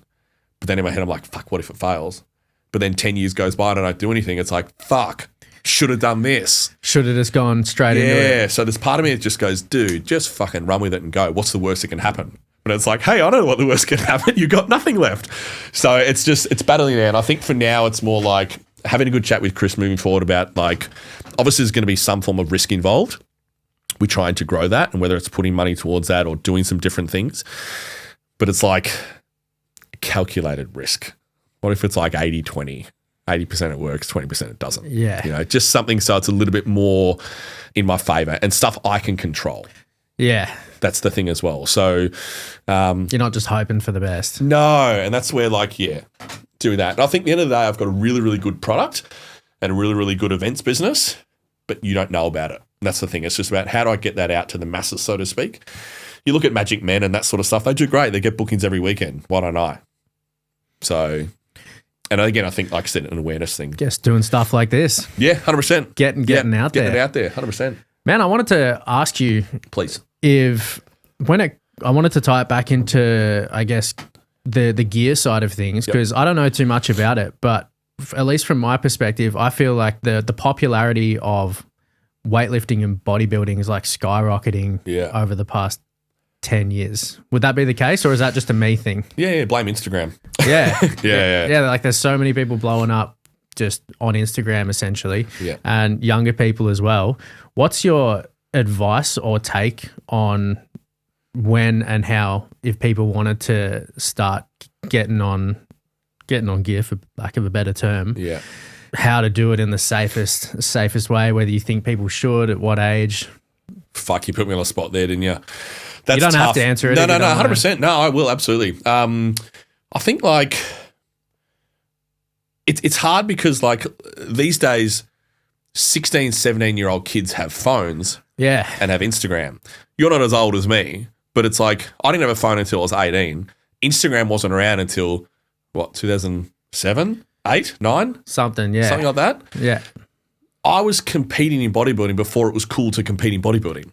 Yeah, like you're not watching people. No, I train clients sometimes, and it's like they were 4 when I did my first show, and it's like, holy shit, I'm old. But it's like, all I had was like magazines to look at and stuff. So I didn't know steroids existed until I was like early 20s. I didn't know that was even a thing. I just thought like these big bodybuilders would I didn't know they took stuff to do, or took stuff to grow. So these days it's like it's such a common thing, and it's cheaper than protein powder. So it's like it's essentially an easy way out in a way. That's fucking crazy, hey? Yeah, man. Like a tub of protein will be like $150 or whatever. Whereas a vial of tests will be $90 or $100. So it's easy for a kid to do that. And it's like, it depends. Like if let's say this young teenager asks someone in a gym, oh, can you get me this or whatever? If the person has a heart, which some people don't these days, they'd be like, no, dude, I'm not going to sell you gear. You look fucking 19, or 18 or whatever it may be. Yeah. But if it's essentially it's still drug dealing, right? So if they're going to make money, they're going to do something out of it. But it's funny because like you see people like, let's say, 17, 18-year-old kids or whatever, they have Instagram, they follow guys like Chris Bumstead and, Phil Heath, Jay Cutler, all these bodybuilders, whatever. And they see that rig. They know they take steroids in order to get to a certain size. So they think if I take steroids, I will get to that level. which that's an incredibly genetic sport, regardless of how much they take.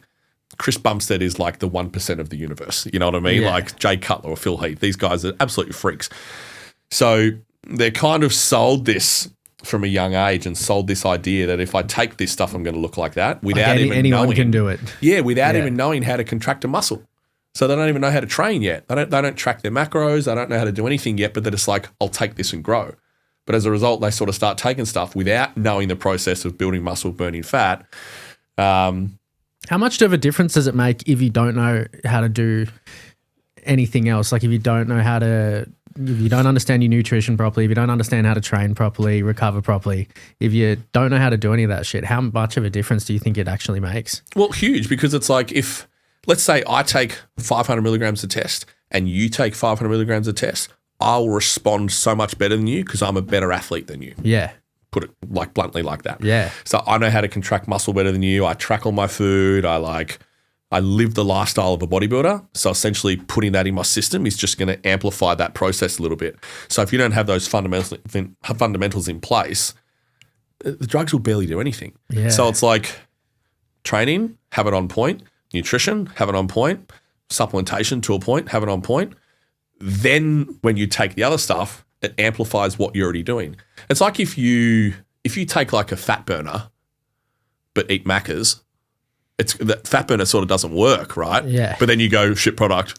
Yeah. No. This stuff's fucking shit. You're eating Maccas. You're eating this sort of stuff. So it's an interesting one, man. And like I've seen it a lot before, and it's like, 18 or 19-year-olds with like acne all over their back and like this sort of stuff. I'm no doctor. I'm no scientist, or I don't know a hell of a lot about gear. I just know what I need to know in a sense that keeps me somewhat healthy. But essentially, it's like their hormonal balance or whatever has changed so drastically because they're not done like growing yet. Yeah. This is what I say before, where it's like I had already done 3 natural shows before I had looked into doing that sort of stuff, or I was like 25 when I did my first kind of cycle. Kids are fucking 18, 19 now doing it, because again, like you said, they've seen that stuff on Instagram now, and it's like, if I take this, I'll look like this. It's alarming. And I can imagine it can be pretty tempting, hey? It'd be super, super tempting if you're young and you just want to look fucking good. Yeah. And because that's what we're succumb to now, isn't it? Because it's like you're surrounded by good-looking people all the time on Instagram. Yeah. Because every time you swipe, it's like either a chick in a bikini, so the chick's like, oh, I want to look like that. Or if it's a guy with muscle, it's like, oh, I want to look like that too. Even like, let's just say on a small scale, I'm not comparing myself to them, but let's say like an 18-year-old looks at my rig. Oh, I want to look like you. Dude, I've been training 19 years. There's a lot of work that's gone into that. There's been drugs on and off for a good decade or so. And you're already wanting to look like that. It takes time. Yeah. And it's a very impatient world, right? We want it now. I want it now, Yeah. And I feel like that about a lot of stuff. I want Bear Bros to be huge now, Yeah. It's like, there's a lot of work that needs to go into it at the same time. So alarming world when it comes to that. But dude, we struggle. Like I still look at myself in the mirror and think I'm a skinny little rat. Yeah. How do you go with the self-image type thing? Call it blissful dissatisfaction in a sense where it's like, I know I have a great rig. I'm confident in my body, but I'm not done improving it yet. Because you kind of need. Try to tell myself that. I think about this one a bit, right? Because it seems that if you want to kind of improve, I don't know if this is the only way, but it seems that you kind of got to have that dissatisfaction that drives you. Like what drives you? You'll never be content. Yeah. Like if you're happy, why would you? Yeah. If you're not happy, but if you're content with it, what else is going to drive you forward? And I think about that with anything in life. Like there's got to be some sense of unease for you to get off your fucking ass and absolutely start moving, right? That reminds me of this quote, and I'll share it with you. It's like, you want to write this down. But it's like, and I don't know who said it. I'm going to claim it. Claim it. You will, this is where you can relate it to bodybuilding. I can relate it to Bear Bros, resilient, relationships, any of this sort of stuff. And it's like, you will never, ever be perfect. But if I chase perfection, I will obtain excellence. Think about that for a sec. You'll never be perfect. But if I chase perfection, I'll obtain excellence. Because body's perfect. Nothing's perfect. This is a great setup, but it's not perfect. Yeah, like there's always. I'm sure there's something you can do to it. There's always something Let's you say can do. little things with like Bear Bros, and I have this little setup on the table, all the burners and everything, like nice little stuff here. It's like, it's not a perfect setup. There's always something can be better. So it's like, but if I try to make that business as perfect as possible, it's going to be pretty fucking good. My body, I can't do, well, let's say I'm like doing a dumbbell press, right? And I try to make that dumbbell press look as perfect as possible. Perfect's such a like relevant term, and it can be like, there's so many different levels of perfect, right? But if I try to perfect the dumbbell press in a matter of like months or years or whatever, you can imagine how good it's going to be. It's not going to be perfect, but it's going to be pretty fucking good, as opposed to not chasing it. So let's just say like with my body, I'm never going to have the perfect body, but if I try to, I'll look pretty good for a number of years moving forward. 100%. If it's up to me, I'll probably still be competing at 60. As long as everything's like working fine, I'll probably still be competing. I love it. Yeah, do you reckon you'll be lifting weights forever? Do you know what I want to do? And I don't know whether he'll listen to this podcast or not. I kind of want to break this other record. Right? I don't know if I should say it out loud. But it's like, so I've done 30 shows now, right? 30 amateur shows. Alistair White, who I look at, he's probably the greatest amateur bodybuilder this country's ever seen to Alistair a point. White. Alistair White. Okay. He never turned pro or anything because it wasn't really that popular back then. But I think he's done like 54 shows. That's incredible, man. No one's even come close to that. Wayne Wilson, who's another guy who ended up doing the Masters, I think he's somewhere around that. But part of me was like, what if I could hit like 50 shows? I'm 38, 39 this year. That's about another 20 shows. If I do all 6 again next year, I'll probably hit it by the time I'm 45. But yeah, like how much I'm just kind of speaking out loud now. I don't know if that's like a goal I actually want to achieve, but it's like, you know, if I say to people, if people say how many shows you know, and I say I've done 30, it's like, fuck, like I've only done 6 or whatever. But I'm a lot older than a lot of these young guys now too. So just depends. I don't know, like. Yeah, like how long can your body handle training at this sort of level? Like what the other guys older than you get away with? How long can you push it hard for? I think it would be a gear thing. Like how far could you push that? I'm not a huge user. I've never I use obviously, and I always admit that, but I've never like really pushed it. Right, in a sense where it's like, I got 3 babies as well now. Like they come first. It's a lot to think about. A lot to think about, man. So it's like, I want to be around for as long as I can. And I understand like maybe some gear use might sort of like prevent certain things down the track or whatever. And especially if you really like go hard at it. It obviously shows there's a lot of like professional bodybuilders. Now again, like doses they use it. Incomprehensible, like with what they do. So, but you got bodybuilders dying at like 30 years old over in the States or whatever, but using a lot. Like, and it's not something I would even go down that path. So you don't see it worth it at that point. Yeah, 100%. And this is what I said to you before about like, I just do it for fun. I do it for a hobby. It's good for business, you know, posing and doing that sort of stuff and just being around the scene a little bit just to get clients and whatever. And, at the end of the day, that's one of those things I said to you, man, it like just brings me so much peace, joy, and happiness. So if I can still compete at a reasonably high level and still match it with the young guys, yeah, I won't say no to it. I'll compete next year again. Will I do all 6? I don't know. See what happens. It'd be fun to do all 6 again and back it up. I can go for it. Do all 10, as Chris Sweeney said to me. So we'll see. But again, right now, man, and it's really funny because like, what are we? The Nationals finished on May 4th. Yeah, I think it was May 4th on that Sunday or whatever. It's been like a month. I miss it already. A month. Yeah. I'm like, I just want to die. That's not long at all. I just want to die and get back on stage. But it's like my body needs to chill, bro. Bring the cortisol down, rest a little bit or whatever. So have a bit of a growth phase, eat some food, chill out, have some fun, and then go into season A or whatever next year, which is like 9 months off or something. So, but the love's still there for it. So it's like, as long as that's still there and that's still burning, I'll do it. And I'll know, like, if it gets to a point where it's like, oh, the shows are coming up, I can't be fucked. Time to step away. But for now, it's not time to step away. If you're still feeling it, like, why not? Just and I reckon I can do really well in the Masters. So, like, let's say I'm 38 now, I'm 39. Like, year after that, I'm 40.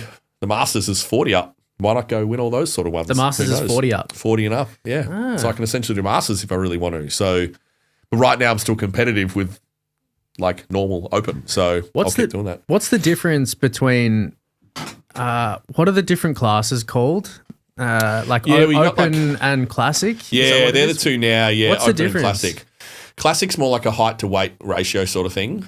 But the poses are a little bit different. You don't do as many of the bodybuilding ones, but the classic they look at these days, it's more about all the lines and shape and this sort of stuff. And bodybuilding is like your hardcore, grainy look. So I had originally this season signed up for all the classic shows, right? And I'd done the Sydney show and I placed third. So over these whole shows, digress a little bit, I ended up with 6 bronze, 2 gold, and an overall Mr. Perth, which was great. Right? Mr. Perth. Mr. Perth, baby. I'll take that.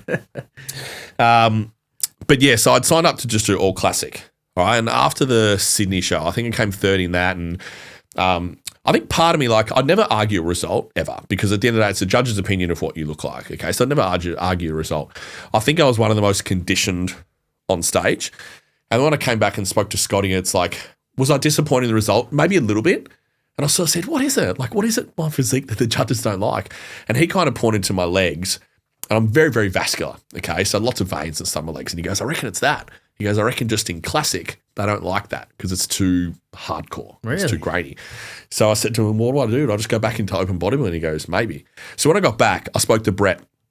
And Brett is the head judge of the Melbourne show. And I said, I want to have a conversation with you. And I said, like, you just shoot me straight. And he goes, always, what's up? And I said, am I still classic? And he sort of paused. He goes, sort of. And I'm like, okay, here's a conversation. Like, tell me, why am I not classic?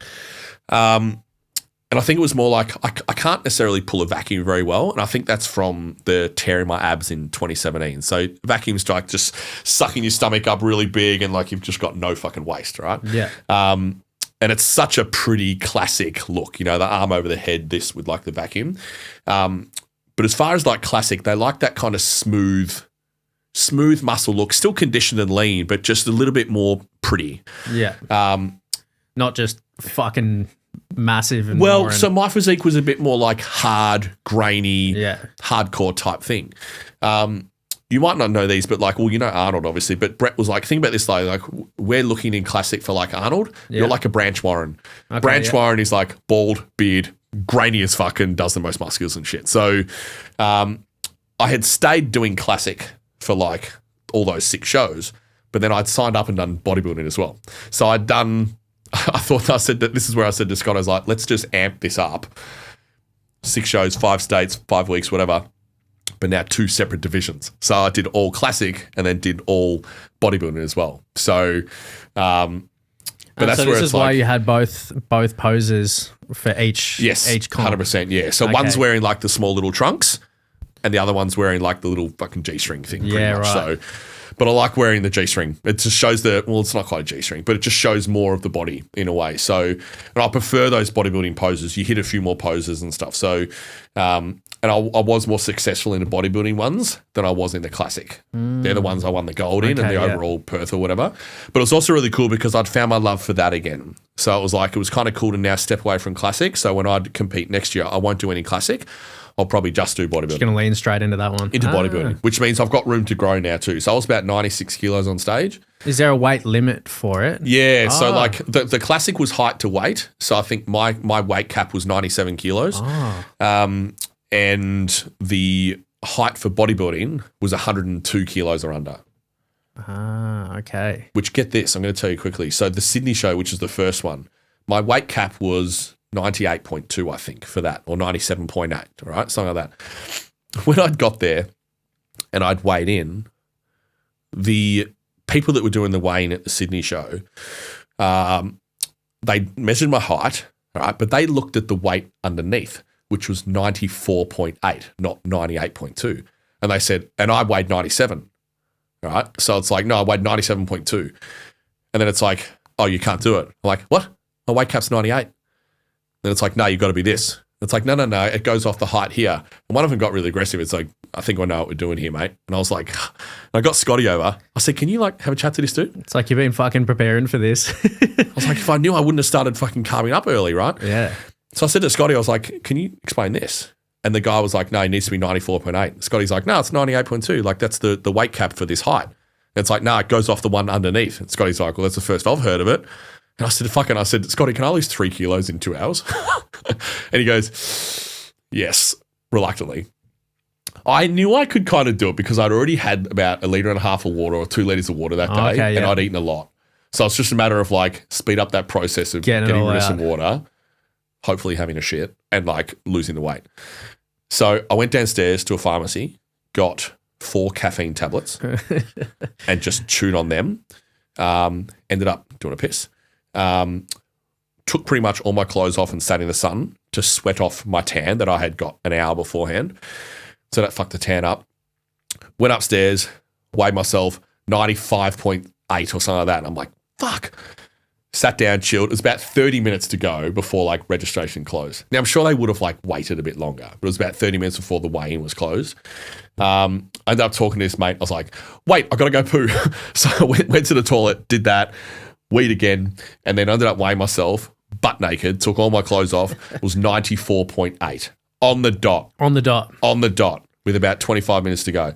Now I looked at the guy that was a bit rude to me and I just looked at him and I go, happy? And he goes, yeah, perfect. Now you're in.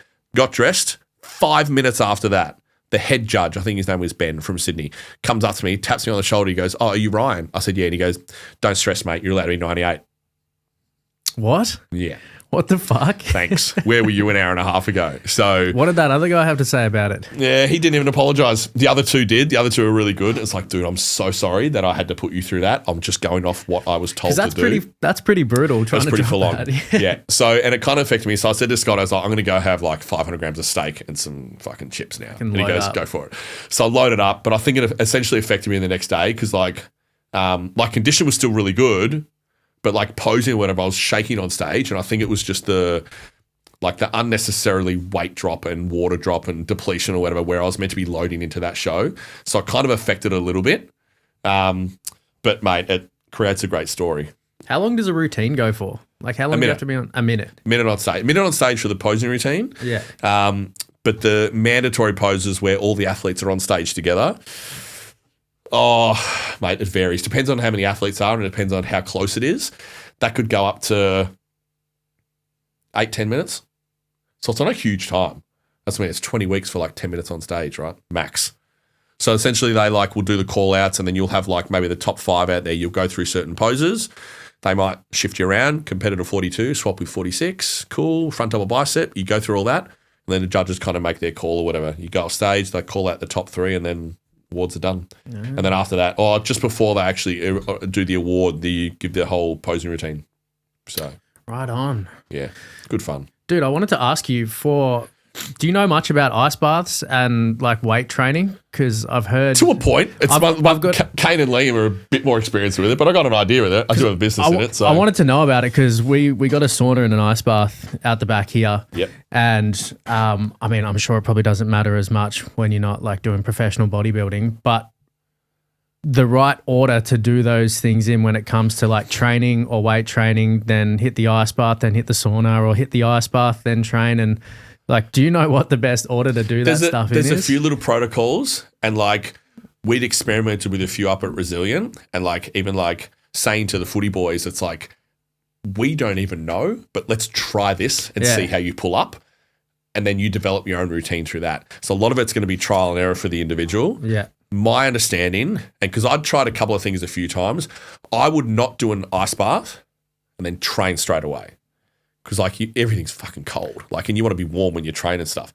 But at the same time, depends on the person. Let's say I'm a bodybuilder, I wouldn't go and do like a huge leg session and then straight away jump in an ice bath because I don't want to reduce the inflammation. I want to increase the inflammation at that point in time. So I've just pumped my legs full of blood, and I'm trying to like tear all these fibers, or whatever. I want them to stay torn for a while. So the next day, I might do the ice bath 24 hours later. So if you do it right after, it could just like cut that response. Yeah, I think it'll affect the growth process of like actually making your legs grow. But again, you could have someone that like trains legs, go do that, and their legs respond. So it's one of those things that's such a variable thing where it's like it's a trial and error where try it and see how you go.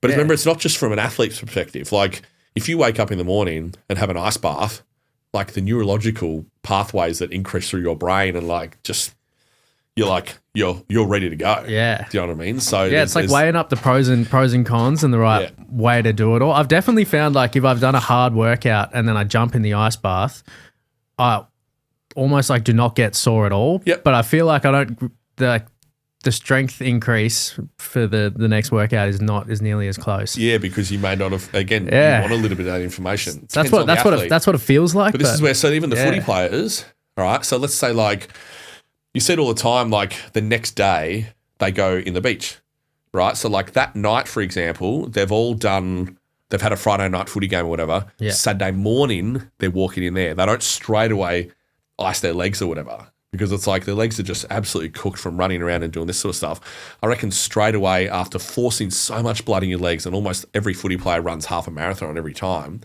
and then exposing it to cold straight away, I don't know. I don't reckon that's, again, I'm not quite the one to ask with it. I think my response is always been pretty honest with any athlete or whatever, or any general gym goer that comes into Resilient who we deal with. Majority of the time, I would say like this is going to be a trial and error thing. But we also do the hot and cold. So we've got like ice bath and heat bath. So it's like the contrast therapy.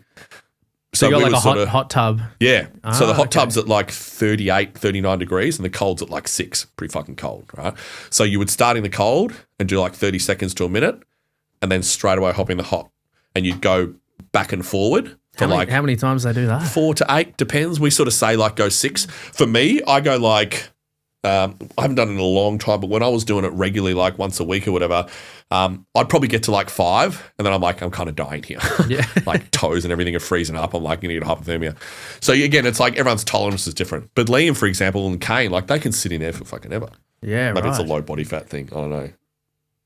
Yeah, I mean, if you had low body fat, it'd be pretty hard to regulate your temperature. Yeah, I stopped doing it about 6 or 8 weeks out.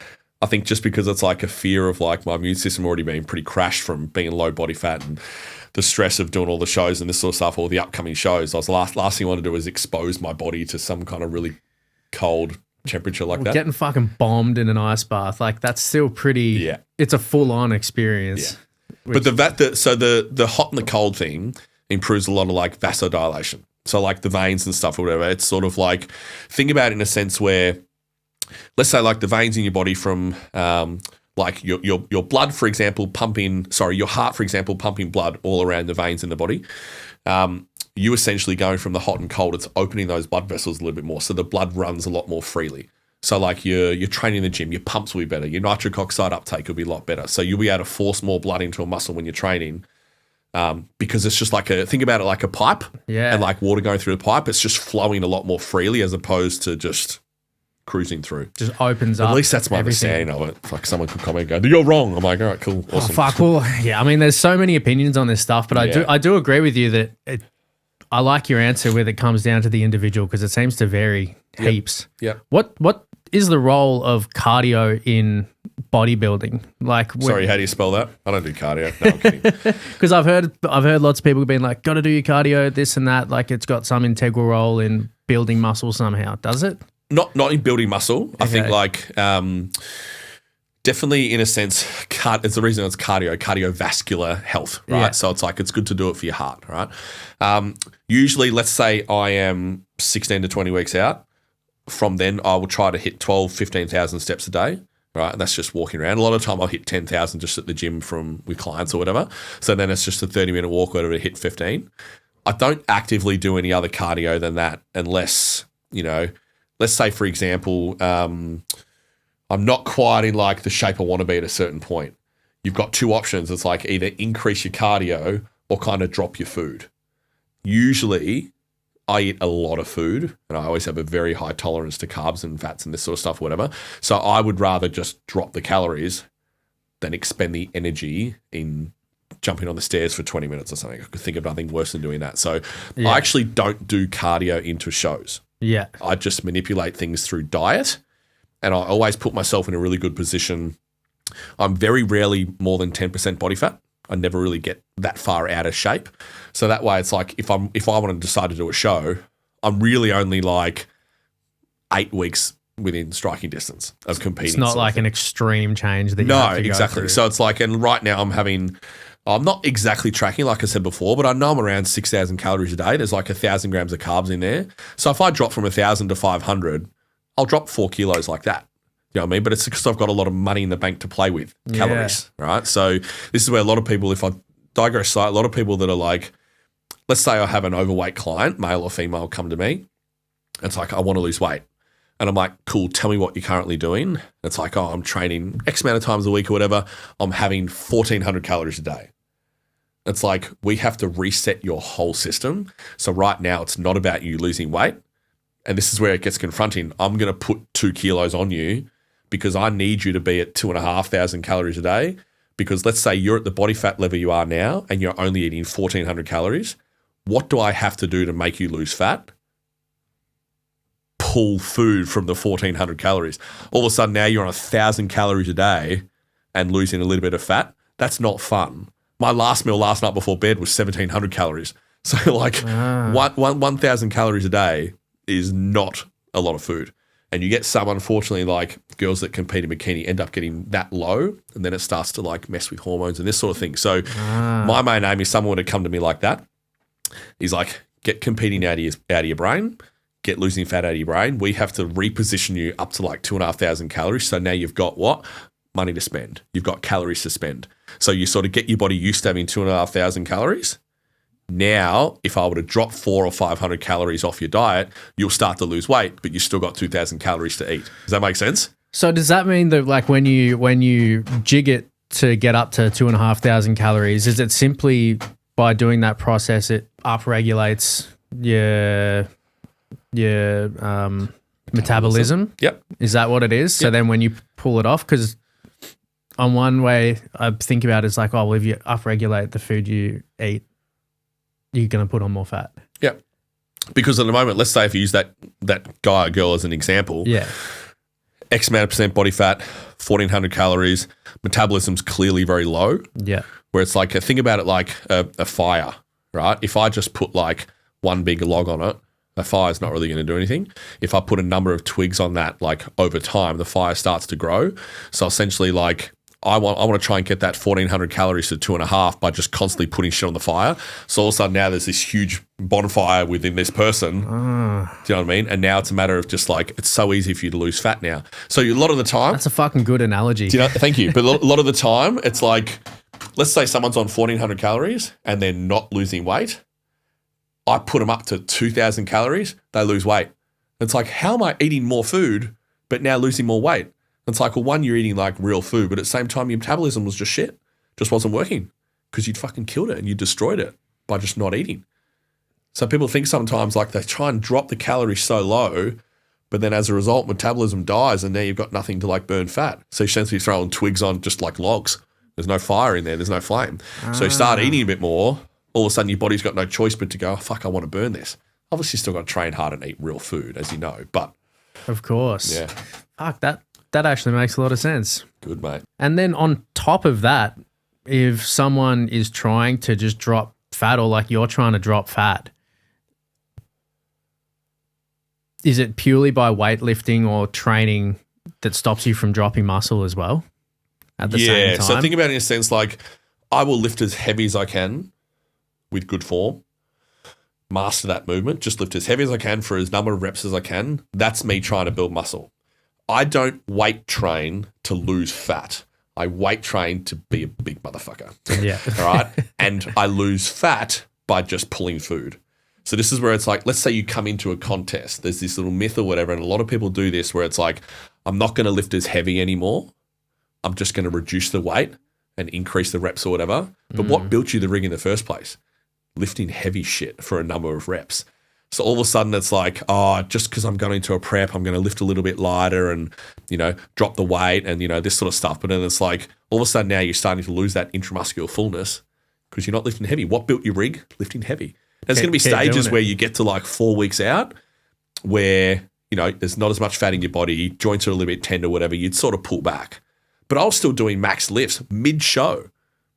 Like let's say like proper off-season for me, let's say I just use an example as like a dumbbell chest press. I might do 60s for 10, 60 each hand, right? And do 10 reps as a flat dumbbell press. 3 weeks out, in the middle of those shows. So I'd already done Sydney, Melbourne, Brisbane. A few days after Brisbane, I was doing 55s for 10 reps. So it's like, it was a 5 kilo drop, if anything. So like my strength was still quite high through that whole time. And it's obviously been variable with it. Like I'm not going to like train massively to fail just out of, fear of tearing something. But that's where the experience comes in and you listen to your body. But I think that's why I was able to remain in such good condition that whole time and remain big and full because I didn't stop lifting heavy. ever. You take a little deload here and there, but what builds muscle first and foremost? Heavy weight, picking up heavy shit for a number of reps. Yeah. Lightweight does fuck all. So it's like just like lightweight, pump it out, just do fuckloads of them isn't going to like pump it up. Well, you get a pump, but a pump doesn't necessarily mean growth. Yeah. I could feed you a pizza, right, and just go do 20 push-ups. You'd have a pretty big chest pump. But would that actually cause growth? Nah. You got to do enough to actually tear fibers and then let that respond. So at the end of the day, the weight training builds my rig. The kitchen loses the fat that's off it. And it's kind of trying to be in this process here where it's like I'm trying to build muscle and lose fat at the same time, a difficult thing to do. But that, like some of my DEXA scans, for example, have shown that during a prep, which is like a 20-week phase or whatever, and yes, I understand there's drugs involved, obviously, but like during like a 20-week prep, I've put on muscle and lost fat in the same time. Whereas most people would like possibly lose a bit of like muscle. But again, it just goes back to, I think I've always tried to lift really heavy to keep a really dense look. So heavy weights, bro. Heavy weights, high reps, let the kitchen be the fat loss thing. And that's why, again, like old man muscle is a thing. Yes, I've been training for like nearly 20 years now. But I don't do cardio into preps. A little bit on the stepper, just a little bit. I know, right? Thank fucking God. A little bit on the stepper here and there. And a lot of the time it's just to get a bit of a glute and hamstring pump as well. Just have a bit of a pose in the mirror and see how the legs are looking. But a lot of the time I just let the food do that because I've built myself to tolerate 6,000, 7,000 calories a day without getting too fat because I still train like an animal. Yeah. So that's the one thing you really got to have. Train like so you be having these conversations with your clients on a daily basis, hey? Try to. Most of the time it sinks in. But yeah, it's all a learning process too. And I understand that in a sense where like it's my life. It's like my number one thing, besides my kids, obviously. It's my number one like hobby. So a lot of time like people want balance. I want to be able to do this and I want to be able to do that. I still want to be able to have pizza and drink this sort of stuff. It's like, I don't do that. It's like, I want to look like you, but I want to go party on. I don't drink. I can't remember last time I had alcohol. Like I said, I'll have a shot of whiskey with a mate. That's not going to do anything, right? So you're not out there like crunching 20 beers on Friday night. No. So if you want to do that, don't expect to get on stage or don't expect to have a body somewhat near mine or someone else of that same caliber. So yeah, that's that choice. Just having there's always some fucking Michael Jordan quote out there or something where it's like, you've got to be incredibly unbalanced in order to achieve some certain level, right? So it makes sense, but it's a good thing to remember because sometimes I think anyone can catch themselves going, well, I want to be the best at these 5 different things. And it's like, well, fucking pick one. Yeah, choose one. And you know what? That's where I'm battling with it now because I love bodybuilding. I want Bear Bros to grow. I want my posing business to grow. I want coaching to do it. I want Resume to grow. It's like, fuck. I want to spend as much time with the kids. It's like, fuck. But you got 24 hours in a day. There's not enough hours in the day. It's like, where do I put this time and everything? So priorities is a big thing, like being able to set them. Kids always first, man. And that's where like, it'll always be number one. And it's like, it's just, you work a life around that. And it's one of those things where, you know, let's say, so Wednesday, Thursday, Friday, I have them.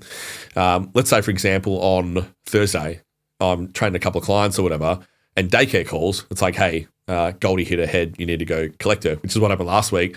I lose those 4 sessions. All of a sudden, I'm $400 down, and it's like, fuck. But it doesn't. When I say it doesn't bother me, of course it will to a point because you lose something. But Goldie comes first. Of course. In a heartbeat, you go do it. So that's where you're saying before, like, how do you do it and time management and stuff. It's like, that's where you've just got to like work around it. So Monday, Tuesday, all day there, I don't have them. So I try to do as many clients as I can on the Monday, Tuesday, because like if something were to happen, it's Carly's day and she'd go get him. But there's been a few times where it's like, Carly's like, I'm stuck at work. Can you go? Or vice versa for me. It's good. So, you have the possibility, like obviously there's a downside with a situation like that, but it's good that you have potentially the freedom to be able to put your work on certain days so you can prioritize your kids when you want to. Yeah. That's difficult if it's like I'm going to work for myself, right? So I'm the boss in that sense where it's like I dictate my own hours and everything. But yeah, you do lose that constant, I guess, income if it's like that too. So, but I wouldn't change it. I don't want to work for anyone, man. I just want to work for myself. I want to control my own shit. Fucking oath. Yeah. Mate, any advice for other dads out there in a similar position to yourself, trying to change their life and trying to get it? I'm going to steal, if I remember it correctly, a line from Jocko Willink. Stop drinking eat good food, lift heavy shit, do jiu-jitsu, go for a run, get some good sleep. Did I cover it? I'm going to try and Google that later and see if I was right. Sounds pretty good. It's similar. I love Jocko Willink. Have you got into him? Yeah, man. He's yeah, great. yeah. One book he suggested me. It's like we're on talking terms. Because he's a badass dude. What was it? Discipline is Freedom? Is that his book? Nah, Take Complete Ownership. Take Complete Ownership. Yeah, it's huge, man. And it's like a lot of the stuff like whatever happens in your life, it's your fault. It's really confronting because it's like, let's say, for example, being confronting, let's say like the separation with the wife, my fault. And it's like, I think when you take ownership of that, you then have kind of power of how you react or power of how you control something. If a client doesn't get a result at the gym, my fault. I didn't train you hard enough. Or I didn't, let's say like, but the client might not do what you tell them. It's like, why not though? How did I not motivate them? Did you not tell them in the right way? Tell them in the right way. So there's always a way to put it back on yourself. Always a way to put it back on you. And it's like, I like that to a point because it's giving me the power to like change. If there's a complaint with Bear Bros, and it's not me, let's say Jace goes and does a party. This has never happened. But let's say Jace does a party and they complained about him. My fault. I didn't train him well enough. Yeah. This sort of shit. So powerful book, man. Powerful book. I'm going to have to check it out. Dude, have a look at it. But yeah, but he's great. Jocko's awesome. So yeah. What was the other question? Advice to other dads. Yeah, kind of like I just said with that, like covering that sort of stuff, but it's just like eat real food. That's a huge thing. Don't drink. And it's one of those things like I understand like balance and having a drink and stuff with your mates or whatever, but it fucks up your body so much. And I've got so many little articles I can send people about like how it just saturates muscle cells, lowers testosterone. This goes back on what we said before. Having high test, like that's awesome. Awesome feeling. That's why most people should be on some sort of like test replacement thing. I'm not a doctor. I'm not telling everyone to go get on drugs, but it's like alcohol destroys that shit, man. Destroys it. Affects sleep, affects mood, weight gain, all this sort of stuff. So, but yeah, just get fit. Get fit. Get fit. Fucking oath, man. Yeah. And where can everybody find you, follow your shit, check out what you do? Ryan Underwood 01 is Instagram. That's like my coaching and posing business and stuff like that. And I'll post just what I do about my day, man. Like I love sharing my life and sharing what I do with my babies and that sort of stuff. Bear Bros Co. If you're looking at Hens Party. Hens Parties out there. I also did just book a Bucks party for the 20th of September too. Lads. So the lads, mate, they love it too, mate. So maybe there's a no touching rule there. But Resilient Recovery Eltham. I drive through there every week. I'm going to check it out. Go check it out, man. Yeah. So they're the three main. I'm not really on Facebook much these days, so more just Insta, but reach out, say good day. Otherwise, I'm at Doherty's Gym in the city a lot with clients there. So come check out Doherty's Gym. Fucking oath, man. Well, man, thank you so much for coming in. Pleasure. It's nice to meet you, man. Yeah, you too. And appreciate it. We'll touch base again when Bear Bros is earning some cash. That's it. Man, thank you so much. Love your work, bro. Cheers, brother. Cheers, man. Peace out, everybody.